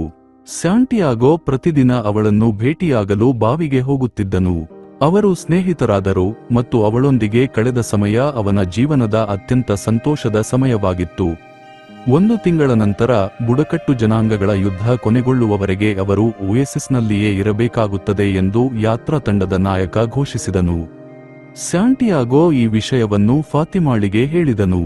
ತಾನು ಅವಳಿಗೆ ಸಾರ್ವತ್ರಿಕ ಭಾಷೆ ಮತ್ತು ವಿಶ್ವದ ಆತ್ಮದ ಬಗ್ಗೆ ಕಲಿಸಿದ್ದರಿಂದ ಅವಳು ತನ್ನ ಒಂದು ಭಾಗವಾಗಿದ್ದಾಳೆ ಎಂದು ಅವಳು ಹೇಳಿದಳು. ತನ್ನ ವೈಯಕ್ತಿಕ ದಂತಕಥೆಯ ಅನ್ವೇಷಣೆಯನ್ನು ಮುಂದುವರಿಸಲು ಅವಳು ಅವನನ್ನು ಪ್ರೋತ್ಸಾಹಿಸಿದಳು. ಅವನು ನಿಜವಾಗಿಯೂ ಅವಳ ಕನಸಿನ ಒಂದು ಭಾಗವಾಗಿದ್ದರೆ ಅವನು ಹಿಂತಿರುಗುತ್ತಾನೆ ಎಂದು ಹೇಳಿದಳು. ಸಾಂಟಿಯಾಗೋ ಅವಳನ್ನು ಬಿಟ್ಟು ಹೋಗಲು ದುಃಖಿತನಾಗಿದ್ದನು, ಆದರೆ ಅವನು ತನ್ನ ಹೃದಯವನ್ನು ಅನುಸರಿಸಬೇಕೆಂದು ತಿಳಿದಿದ್ದನು. ಅಧ್ಯಾಯ 7. ಸಾಂಟಿಯಾಗೋ ಇಂಗ್ಲಿಷ್ ವ್ಯಕ್ತಿಯನ್ನು ಹುಡುಕಿಕೊಂಡು ಹೋದನು. ಅವನು ತನ್ನ ಗುಡಾರದ ಹೊರಗೆ ಒಂದು ಕುಲುಮೆಯನ್ನು ನಿರ್ಮಿಸಿ ಸಲ್ಫರ್ ಅನ್ನು ಬೇರ್ಪಡಿಸಲು ಪ್ರಯತ್ನಿಸುತ್ತಿದ್ದನು. ಮಾಸ್ಟರ್ ವರ್ಕ್ ಅನ್ನು ಸಾಧಿಸಲು ಅವನು ವೈಫಲ್ಯದ ಭಯವನ್ನು ಮೀರಿಸಬೇಕೆಂದು ಇಂಗ್ಲಿಷ್ ವ್ಯಕ್ತಿ ಹೇಳಿದನು. ಸಾಂಟಿಯಾಗೋ ಪ್ರೀತಿ ಮತ್ತು ಸ್ವಾಧೀನದ ಬಗ್ಗೆ ಯೋಚಿಸುತ್ತಾ ಮರುಭೂಮಿಯಲ್ಲಿ ಅಲೆದಾಡಿದನು. ಅವನು 2 ಗಿಡುಗಗಳು ಹಾರುವುದನ್ನು ನೋಡಿದನು ಮತ್ತು ಓಯಸಿಸ್ಗೆ ಸೈನ್ಯವೊಂದು ನುಗ್ಗುತ್ತಿರುವಂತೆ ಅವನಿಗೆ ಇದ್ದಕ್ಕಿದ್ದಂತೆ ಒಂದು ದೃಶ್ಯ ಕಾಣಿಸಿತು. ಅದು ಒಂದು ಸೂಚನೆ ಎಂದು ಅವನು ಭಾವಿಸಿದನು. ಅವನು ತನ್ನ ದೃಷ್ಟಿಯ ಬಗ್ಗೆ ಒಂಟೆ ಚಾಲಕನಿಗೆ ಹೇಳಿದನು. ಸೂಚನೆಗಳ ಭಾಷೆಯನ್ನು ಅರ್ಥಮಾಡಿಕೊಂಡಿದ್ದ ಒಂಟೆ ಚಾಲಕ ಬುಡಕಟ್ಟು ಜನಾಂಗದ ಮುಖ್ಯಸ್ಥರಿಗೆ ಎಚ್ಚರಿಕೆ ನೀಡಲು ಸಾಂಟಿಯಾಗೋಗೆ ಸಲಹೆ ನೀಡಿದನು. ಸಾಂಟಿಯಾಗೋ ಓಯಸಿಸ್ನ ಮಧ್ಯದಲ್ಲಿರುವ ದೊಡ್ಡ ಬಿಳಿ ಗುಡಾರಕ್ಕೆ ಹೋಗಿ ಮುಖ್ಯಸ್ಥರನ್ನು ಭೇಟಿಯಾಗಲು ಕೇಳಿದನು. ತನ್ನ ದೃಷ್ಟಿಯಲ್ಲಿ ನೋಡಿದ ಸೈನ್ಯದ ಬಗ್ಗೆ ಅವನು ಅವರಿಗೆ ಹೇಳಿದನು. ಮುಖ್ಯಸ್ಥರು ಸಂಶಯ ವ್ಯಕ್ತಪಡಿಸಿದರು, ಆದರೆ ಅವನ ಮಾತನ್ನು ಕೇಳಿದರು. ವೃದ್ಧ ಮತ್ತು ಗೌರವಾನ್ವಿತ ಮುಖ್ಯಸ್ಥನೊಬ್ಬ ಮರುಭೂಮಿಯ ಸಂದೇಶಗಳನ್ನು ನಂಬುವ ಸಂಪ್ರದಾಯದ ಬಗ್ಗೆ ಮಾತನಾಡಿದನು. ಈಜಿಪ್ಟ್ನಲ್ಲಿ ಜೋಸೆಫ್ ಫರೋನ ಕನಸನ್ನು ಅರ್ಥೈಸಿದ ಕಥೆಯಂತೆ. ಸಾಂಟಿಯಾಗೋನ ಎಚ್ಚರಿಕೆಯನ್ನು ಗಂಭೀರವಾಗಿ ಪರಿಗಣಿಸಲು ಮುಖ್ಯಸ್ಥರು ನಿರ್ಧರಿಸಿದರು. ಮರುದಿನ ಓಯಸಿಸ್ನಲ್ಲಿ ಶಸ್ತ್ರಾಸ್ತ್ರಗಳನ್ನು ಕೊಂಡೊಯ್ಯದ ಸಂಪ್ರದಾಯವನ್ನು ಮುರಿಯಲಾಗುವುದು ಎಂದು ಆ ವೃದ್ಧ ಮುಖ್ಯಸ್ಥ ಘೋಷಿಸಿದನು. ಅವರು ಶತ್ರುಗಳಿಗಾಗಿ ಕಾಯುತ್ತಿರುತ್ತಾರೆ. 10 ಶತ್ರುಗಳನ್ನು ಕೊಂದರೆ ಸಾಂಟಿಯಾಗೋಗೆ ಚಿನ್ನದ ತುಂಡು ಸಿಗುತ್ತದೆ. ಆದರೆ ದಿನದ ಕೊನೆಯಲ್ಲಿ ಯಾವುದೇ ಶಸ್ತ್ರಾಸ್ತ್ರಗಳನ್ನು ಬಳಸದಿದ್ದರೆ ಸಾಂಟಿಯಾಗೋ ಮೇಲೆ ಒಂದನ್ನು ಬಳಸಲಾಗುತ್ತದೆ. ಆ ರಾತ್ರಿ ಸಾಂಟಿಯಾಗೋ ತನ್ನ ಗುಡಾರಕ್ಕೆ ಹಿಂತಿರುಗುತ್ತಿದ್ದಾಗ ಬಲವಾದ ಗಾಳಿಯಿಂದ ಅವನು ನೆಲಕ್ಕೆ ಬಿದ್ದನು. ಕಪ್ಪು ಬಟ್ಟೆ ಧರಿಸಿದ ಕುದುರೆ ಸವಾರನೊಬ್ಬ ತನ್ನ ಭುಜದ ಮೇಲೆ ಗಿಡುಗವೊಂದನ್ನು ಹೊತ್ತುಕೊಂಡು ಕಾಣಿಸಿಕೊಂಡನು. ಗಿಡುಗಗಳ ಹಾರಾಟವನ್ನು ಓದಲು ಯಾರು ಧೈರ್ಯ ಮಾಡಿದರು ಎಂದು ಆ ಕುದುರೆ ಸವಾರ ಕೇಳಿದನು. ತಾನೇ ಎಂದು ಮತ್ತು ಓಯಸಿಸ್ ಅನ್ನು ಉಳಿಸಲು ತಾನು ಹಾಗೆ ಮಾಡಿದೆ ಎಂದು ಸಾಂಟಿಯಾಗೋ ಹೇಳಿದನು. ಆ ಕುದುರೆ ಸವಾರ ತನ್ನ ಕತ್ತಿಯನ್ನು ಸಾಂಟಿಯಾಗೋನ ಹಣೆಗೆ ರಕ್ತ ಬರುವವರೆಗೆ ಇಳಿಸಿದನು. ಆ ಕುದುರೆ ಸವಾರ ಸಾಂಟಿಯಾಗೋ ಹಕ್ಕಿಗಳ ಹಾರಾಟವನ್ನು ಏಕೆ ಓದಿದನೆಂದು ಕೇಳಿದನು. ಓಯಸಿಸ್ ಅನ್ನು ಉಳಿಸಲು ಅವರು ಬಯಸಿದ್ದರು ಮತ್ತು ಅವರು ದಾಳಿ ಮಾಡಿದರೆ ಅವರ ಹೆಚ್ಚಿನ ಜನರು ಸಾಯುತ್ತಾರೆ ಎಂದು ಸಾಂಟಿಯಾಗೋ ವಿವರಿಸಿದನು. ಆ ಕುದುರೆ ಸವಾರ ತನ್ನ ಕತ್ತಿಯನ್ನು ಹಿಂದಕ್ಕೆ ತೆಗೆದುಕೊಂಡು ಸಾಂಟಿಯಾಗೋ ತನ್ನ ಭವಿಷ್ಯವಾಣಿಗಳಲ್ಲಿ ಎಚ್ಚರಿಕೆಯಿಂದ ಇರಬೇಕು ಎಂದು ಹೇಳಿದನು. ನಂತರ ಅವನು ವಿಚಿತ್ರ ದೇಶದಲ್ಲಿ ಅಪರಿಚಿತ ವ್ಯಕ್ತಿಯೊಬ್ಬ ಏನು ಮಾಡುತ್ತಿದ್ದಾನೆ ಎಂದು ಕೇಳಿದನು. ಸಾಂಟಿಯಾಗೋ ತಾನು ತನ್ನ ವೈಯಕ್ತಿಕ ದಂತಕಥೆಯನ್ನು ಅನುಸರಿಸುತ್ತಿದ್ದೇನೆ ಎಂದು ಉತ್ತರಿಸಿದನು. ಆ ಕುದುರೆ ಸವಾರ ರಸವಿದ್ಯಾವಿದ ಎಂದು ತಿಳಿದುಬಂದಿತು. ವಿಶ್ವದ ಭಾಷೆಯನ್ನು ಅರ್ಥಮಾಡಿಕೊಳ್ಳಲು ಅಗತ್ಯವಾದ ಸಾಂಟಿಯಾಗೋನ ಧೈರ್ಯವನ್ನು ಪರೀಕ್ಷಿಸಬೇಕೆಂದು ಅವನು ಹೇಳಿದನು. ಮರುಭೂಮಿಯನ್ನು ಪ್ರೀತಿಸು, ಆದರೆ ಅದನ್ನು ಎಂದಿಗೂ ಸಂಪೂರ್ಣವಾಗಿ ನಂಬಬೇಡ ಎಂದು ಅವನು ಸಾಂಟಿಯಾಗೋಗೆ ಹೇಳಿದನು. ಮರುದಿನ ಸೂರ್ಯಾಸ್ತದ ವೇಳೆಗೆ ಸಾಂಟಿಯಾಗೋನ ತಲೆ ಅವನ ಭುಜದ ಮೇಲೆ ಇದ್ದರೆ ದಕ್ಷಿಣದಲ್ಲಿ ತನ್ನನ್ನು ಭೇಟಿಯಾಗಲು ಬರಬೇಕು ಎಂದು ಅವನು ಹೇಳಿದನು. ಅಧ್ಯಾಯ 8. ಮಾರನೆಯ ಬೆಳಿಗ್ಗೆ ಒಯಸಿಸ್ನಿಂದ 2000 ಸಶಸ್ತ್ರಧಾರಿಗಳು ತಾಳೆಮರಗಳ ನಡುವೆ ಅಡಗಿಕೊಂಡರು. ಮಧ್ಯಾಹ್ನದ ವೇಳೆಗೆ 500 ಶತ್ರು ಬುಡಕಟ್ಟು ಜನರು ಸಮೀಪಿಸಿ ಖಾಲಿ ಗುಡಾರವನ್ನು ಆಕ್ರಮಿಸಿದರು. ಒಯಸಿಸ್ನ ಜನರು ಅವರನ್ನು ತ್ವರಿತವಾಗಿ ಸುತ್ತುವರೆದು ಸೋಲಿಸಿದರು. ಬುಡಕಟ್ಟು ಜನಾಂಗದ ಮುಖ್ಯಸ್ಥ ಸ್ಯಾಂಟಿಯಾಗೋಗೆ 50 ಚಿನ್ನದ ತುಂಡುಗಳನ್ನು ನೀಡಿದನು ಮತ್ತು ಒಯಸಿಸ್ನ ಸಲಹೆಗಾರನಾಗಲು ಕೇಳಿದನು. ಆ ರಾತ್ರಿ ಸ್ಯಾಂಟಿಯಾಗೋ ದಕ್ಷಿಣಕ್ಕೆ ಕುದುರೆಯ ಮೇಲೆ ಸವಾರಿ ಮಾಡಿ ರಸವಿದ್ಯಾವಿದನ ಗುಡಾರವನ್ನು ಕಂಡುಕೊಂಡನು. ರಸವಿದ್ಯಾವಿದನ ಬಳಿ 2 ಸತ್ತ ಗಿಡುಗಗಳಿದ್ದವು. ಸ್ಯಾಂಟಿಯಾಗೋ ಬರುತ್ತಾನೆ ಮತ್ತು ಅವನಿಗೆ ಸಹಾಯ ಬೇಕಾಗುತ್ತದೆ ಎಂದು ಗಾಳಿ ತನಗೆ ಹೇಳಿದೆ ಎಂದು ಅವನು ಹೇಳಿದನು. ಬುಡಕಟ್ಟು ಜನಾಂಗದ ಯುದ್ಧದಿಂದ ಮರುಭೂಮಿಯನ್ನು ದಾಟುವುದು ಅಸಾಧ್ಯವೆಂದು ಸ್ಯಾಂಟಿಯಾಗೋ ಉಲ್ಲೇಖಿಸಿದನು. ಸ್ಯಾಂಟಿಯಾಗೋಗೆ ತನಗೆ ಬೇಕಾದ ಎಲ್ಲವೂ ಈಗಾಗಲೇ ತಿಳಿದಿದೆ ಮತ್ತು ಅವನು ಅವನ ನಿಧಿಯ ಕಡೆಗೆ ಮಾತ್ರ ಅವನನ್ನು ನಿರ್ದೇಶಿಸುತ್ತಾನೆ ಎಂದು ರಸವಿದ್ಯಾವಿದ ಹೇಳಿದನು. ಫಾತಿಮಾ ಮತ್ತು ತನ್ನ ಚಿನ್ನದಲ್ಲಿ ತನ್ನ ನಿಧಿಯನ್ನು ಕಂಡುಕೊಂಡಿದ್ದೇನೆ ಎಂದು ಸ್ಯಾಂಟಿಯಾಗೋ ಹೇಳಿದನು. ಅವೆಲ್ಲವೂ ಪಿರಮಿಡ್ಗಳಲ್ಲಿ ಇರಲಿಲ್ಲ ಎಂದು ರಸವಿದ್ಯಾವಿದ ಅವನಿಗೆ ನೆನಪಿಸಿದನು. ಅವರು ಒಟ್ಟಿಗೆ ಊಟ ಮಾಡಿದರು ಮತ್ತು ರಸವಿದ್ಯಾವಿದ ಸ್ಯಾಂಟಿಯಾಗೋಗೆ ವೈನ್ ನೀಡಿದನು. ಒಬ್ಬ ಮನುಷ್ಯನ ಬಾಯಿಗೆ ಹೋಗುವುದು ಕೆಟ್ಟದ್ದಲ್ಲ, ಹೊರಗೆ ಬರುವುದು ಕೆಟ್ಟದು ಎಂದು ಅವನು ಹೇಳಿದನು. ಒಂಟೆಗಳು ವಿಶ್ವಾಸಾರ್ಹವಲ್ಲದ ಕಾರಣ ತನ್ನ ಒಂಟೆಯನ್ನು ಮಾರಾಟ ಮಾಡಿ ಕುದುರೆಯನ್ನು ಖರೀದಿಸಲು ರಸವಿದ್ಯಾವಿದ ಸ್ಯಾಂಟಿಯಾಗೋಗೆ ಹೇಳಿದನು. ಸ್ಯಾಂಟಿಯಾಗೋ ತನ್ನ ನಿಧಿಯನ್ನು ಕಂಡುಕೊಳ್ಳಬೇಕೆಂದು ಅವನು ಹೇಳಿದನು. ಆಗ ಅವನು ದಾರಿಯಲ್ಲಿ ಕಲಿತದ್ದೆಲ್ಲವೂ ಅರ್ಥಪೂರ್ಣವಾಗುತ್ತದೆ. ನಿಮ್ಮ ಹೃದಯ ಎಲ್ಲಿದೆಯೋ ನಿಮ್ಮ ನಿಧಿ ಕೂಡ ಅಲ್ಲೇ ಇರುತ್ತದೆ ಎಂಬುದನ್ನು ನೆನಪಿಡಿ ಎಂದು ಅವನು ಹೇಳಿದನು. ಅಧ್ಯಾಯ 9. ಮರುದಿನ ರಾತ್ರಿ ಸ್ಯಾಂಟಿಯಾಗೋ ಕುದುರೆಯೊಂದಿಗೆ ಕಾಣಿಸಿಕೊಂಡನು. ಮರುಭೂಮಿಯಲ್ಲಿ ಎಲ್ಲಿ ಜೀವವಿದೆ ಎಂದು ತನಗೆ ತೋರಿಸಲು ರಸವಿದ್ಯಾವಿದ ಅವನಿಗೆ ಹೇಳಿದನು. ಏಕೆಂದರೆ ಅಂತಹ ಚಿಹ್ನೆಗಳನ್ನು ನೋಡಲು ಸಾಧ್ಯವಾಗುವವರು ಮಾತ್ರ ನಿಧಿಯನ್ನು ಕಂಡುಹಿಡಿಯಬಹುದು. ಅವರು ಮರುಭೂಮಿಗೆ ಕುದುರೆಯ ಮೇಲೆ ಸವಾರಿ ಮಾಡಿದರು. ಸ್ಯಾಂಟಿಯಾಗೋನ ಕುದುರೆ ಯಾವುದೇ ಸ್ಪಷ್ಟ ಕಾರಣವಿಲ್ಲದೆ ಇದ್ದಕ್ಕಿದ್ದಂತೆ ನಿಧಾನವಾಯಿತು. ತನ್ನ ಕುದುರೆಗೆ ಜೀವದ ಭಾಷೆ ತಿಳಿದಿದೆ ಎಂದು ಸ್ಯಾಂಟಿಯಾಗೋ ಹೇಳಿದನು. ಅವರು ಇಳಿದು ಕಲ್ಲುಗಳ ನಡುವೆ ಒಂದು ರಂಧ್ರವನ್ನು ಕಂಡುಕೊಂಡರು. ರಸವಿದ್ಯಾವಿದ ರಂಧ್ರದೊಳಗೆ ಕೈ ಹಾಕಿ ಒಂದು ನಾಗರ ಹಾವನ್ನು ಹೊರತೆಗೆದನು. ರಸವಿದ್ಯಾವಿದ ತನ್ನ ಕತ್ತಿಯಿಂದ ಮರಳಿನಲ್ಲಿ ಒಂದು ವೃತ್ತವನ್ನು ಎಳೆದು ಹಾವನ್ನು ಅದರೊಳಗೆ ಇಟ್ಟನು. ಹಾವು ಶಾಂತವಾಯಿತು. ಪಿರಮಿಡ್ಗಳ ಸುತ್ತಲೂ ಮರುಭೂಮಿ ಇರುವುದರಿಂದ ಸ್ಯಾಂಟಿಯಾಗೋ ಮರುಭೂಮಿಯಲ್ಲಿ ಜೀವವನ್ನು ಕಂಡುಕೊಂಡನು. ಅದು ಅವನಿಗೆ ಬೇಕಾದ ಸೂಚನೆ ಎಂದು ರಸವಿದ್ಯಾವಿದ ಹೇಳಿದನು. ತನ್ನ ಅನ್ವೇಷಣೆಯನ್ನು ಮುಂದುವರಿಸುವುದು ಫಾತಿಮಾಳನ್ನು ತೊರೆಯುವುದು ಎಂದರ್ಥ ಎಂದು ಸ್ಯಾಂಟಿಯಾಗೋ ದುಃಖಿತನಾದನು. ಫಾತಿಮಾ ಮರುಭೂಮಿಯ ಮಹಿಳೆ ಮತ್ತು ಪುರುಷರು ಹಿಂತಿರುಗಲು ಹೋಗಬೇಕಾಗುತ್ತದೆ ಎಂದು ಅವಳಿಗೆ ತಿಳಿದಿದೆ ಎಂದು ರಸವಿದ್ಯಾವಿದ ಹೇಳಿದನು. ಸ್ಯಾಂಟಿಯಾಗೋ ಅಲ್ಲಿಯೇ ಉಳಿದರೆ ಏನಾಗುತ್ತದೆ ಎಂದು ಅವನು ವಿವರಿಸಿದನು. ಅವನು ಗೌರವಾನ್ವಿತ ಸಲಹೆಗಾರನಾಗುತ್ತಾನೆ, ಫಾತಿಮಾಳನ್ನು ಮದುವೆಯಾಗುತ್ತಾನೆ ಮತ್ತು ಸ್ವಲ್ಪ ಸಮಯದವರೆಗೆ ಸಂತೋಷವಾಗಿರುತ್ತಾನೆ. ಆದರೆ ಅಂತಿಮವಾಗಿ ಅವನು ತನ್ನ ವೈಯಕ್ತಿಕ ದಂತಕಥೆಯನ್ನು ಮುಂದುವರಿಸದಿದ್ದಕ್ಕಾಗಿ ವಿಷಾದಿಸುತ್ತಾನೆ ಮತ್ತು ಸೂಚನೆಗಳು ಅವನನ್ನು ತೊರೆಯುತ್ತವೆ. ನಿಜವಾದ ಪ್ರೀತಿ ಎಂದಿಗೂ ಒಬ್ಬ ಮನುಷ್ಯನನ್ನು ತನ್ನ ವೈಯಕ್ತಿಕ ದಂತಕಥೆಯನ್ನು ಮುಂದುವರಿಸುವುದರಿಂದ ತಡೆಯುವುದಿಲ್ಲ ಎಂದು ರಸವಿದ್ಯಾವಿದ ಹೇಳಿದನು. ಅವನು ವೃತ್ತವನ್ನು ಅಳಿಸಿದನು ಮತ್ತು ಹಾವು ಜಾರಿಕೊಂಡು ಹೋಯಿತು. ಸ್ಯಾಂಟಿಯಾಗೋ ರಸವಿದ್ಯಾವಿದನೊಂದಿಗೆ ಹೋಗಲು ನಿರ್ಧರಿಸಿದನು. ಮರುದಿನ ಬೆಳಿಗ್ಗೆ ಸ್ಯಾಂಟಿಯಾಗೋ ಫಾತಿಮಾಳಿಗೆ ವಿದಾಯ ಹೇಳಿದನು. ಅವಳು ತನಗಾಗಿ ಕಾಯುತ್ತಿರುವುದಾಗಿ ಮತ್ತು ಮರುಭೂಮಿ ಈಗ ಅವನ ಹಿಂದಿರುಗುವಿಕೆಯ ಭರವಸೆಯಿಂದ ತುಂಬಿರುತ್ತದೆ ಎಂದು ಹೇಳಿದಳು. ಸ್ಯಾಂಟಿಯಾಗೋ ಮತ್ತು ರಸವಿದ್ಯಾವಿದ ಮರುಭೂಮಿಗೆ ಕುದುರೆಯ ಮೇಲೆ ಸವಾರಿ ಮಾಡಿದರು. ತಾನು ಹಿಂದೆ ಬಿಟ್ಟು ಹೋದದ್ದರ ಬಗ್ಗೆ ಯೋಚಿಸಬೇಡ ಎಂದು ರಸವಿದ್ಯಾವಿದ ಅವನಿಗೆ ಹೇಳಿದನು, ಏಕೆಂದರೆ ಎಲ್ಲವೂ ವಿಶ್ವದ ಆತ್ಮದಲ್ಲಿ ಬರೆಯಲ್ಪಟ್ಟಿದೆ. ಅವರು ಹಲವಾರು ದಿನಗಳ ಕಾಲ ಪ್ರಯಾಣಿಸಿದರು. ಸ್ಯಾಂಟಿಯಾಗೋ ತನ್ನ ಪ್ರಯಾಣದ ಅಂತ್ಯವನ್ನು ಸಮೀಪಿಸುತ್ತಿದ್ದಾನೆ ಎಂದು ಮತ್ತು ತನ್ನ ವೈಯಕ್ತಿಕ ದಂತಕಥೆಯನ್ನು ಮುಂದುವರಿಸಿದ್ದಕ್ಕಾಗಿ ಅವನನ್ನು ಅಭಿನಂದಿಸಿದನು. ತಾನು ಹೊಸತೇನೂ ಕಲಿತಿಲ್ಲ ಎಂದು ಸ್ಯಾಂಟಿಯಾಗೋ ಭಾವಿಸಿದನು. ಕಲಿಯುವ ಏಕೈಕ ಮಾರ್ಗವೆಂದರೆ ಕ್ರಿಯೆಯ ಮೂಲಕ ಮತ್ತು ಒಂದು ವಿಷಯವನ್ನು ಹೊರತುಪಡಿಸಿ ತನಗೆ ಬೇಕಾದ ಎಲ್ಲವನ್ನೂ ಸ್ಯಾಂಟಿಯಾಗೋ ಈಗಾಗಲೇ ಕಲಿತಿದ್ದಾನೆ ಎಂದು ರಸವಿದ್ಯಾವಿದ ಹೇಳಿದನು. ರಸವಿದ್ಯೆಯು ಆಧ್ಯಾತ್ಮಿಕ ಪರಿಪೂರ್ಣತೆಯನ್ನು ಭೌತಿಕ ಸಮತಲದೊಂದಿಗೆ ಸಂಪರ್ಕಕ್ಕೆ ತರುವ ಬಗ್ಗೆ ಎಂದು ರಸವಿದ್ಯಾವಿದ ವಿವರಿಸಿದನು. ಅವನು ಮರಳಿನಲ್ಲಿ ಒಂದು ಚಿಹ್ನೆಯನ್ನು ಎಳೆದು ಅದು ಪಚ್ಚೆ ಟ್ಯಾಬ್ಲೆಟ್ನಲ್ಲಿ ಬರೆಯಲ್ಪಟ್ಟಿದೆ ಮತ್ತು ವಿಶ್ವದ ಆತ್ಮಕ್ಕೆ ನೇರ ಮಾರ್ಗವಾಗಿದೆ ಎಂದು ಹೇಳಿದನು. ಜನರು ಗೋಚರ ವಸ್ತುಗಳ ಮೂಲಕ ದೇವರ ಆಧ್ಯಾತ್ಮಿಕ ಬೋಧನೆಗಳನ್ನು ಅರ್ಥಮಾಡಿಕೊಳ್ಳಲು ಜಗತ್ತನ್ನು ಸೃಷ್ಟಿಸಲಾಗಿದೆ ಎಂದು ಅವನು ಹೇಳಿದನು. ಮರುಭೂಮಿಯಲ್ಲಿ ಮುಳುಗಿ ತನ್ನ ಹೃದಯವನ್ನು ಕೇಳಲು ಅವನು ಸ್ಯಾಂಟಿಯಾಗೋಗೆ ಹೇಳಿದನು, ಅದು ಎಲ್ಲವನ್ನೂ ತಿಳಿದಿತ್ತು, ಏಕೆಂದರೆ ಅದು ವಿಶ್ವದ ಆತ್ಮದಿಂದ ಬಂದಿತ್ತು. ಅವರು ಮೌನವಾಗಿ ಮುಂದುವರೆದರು.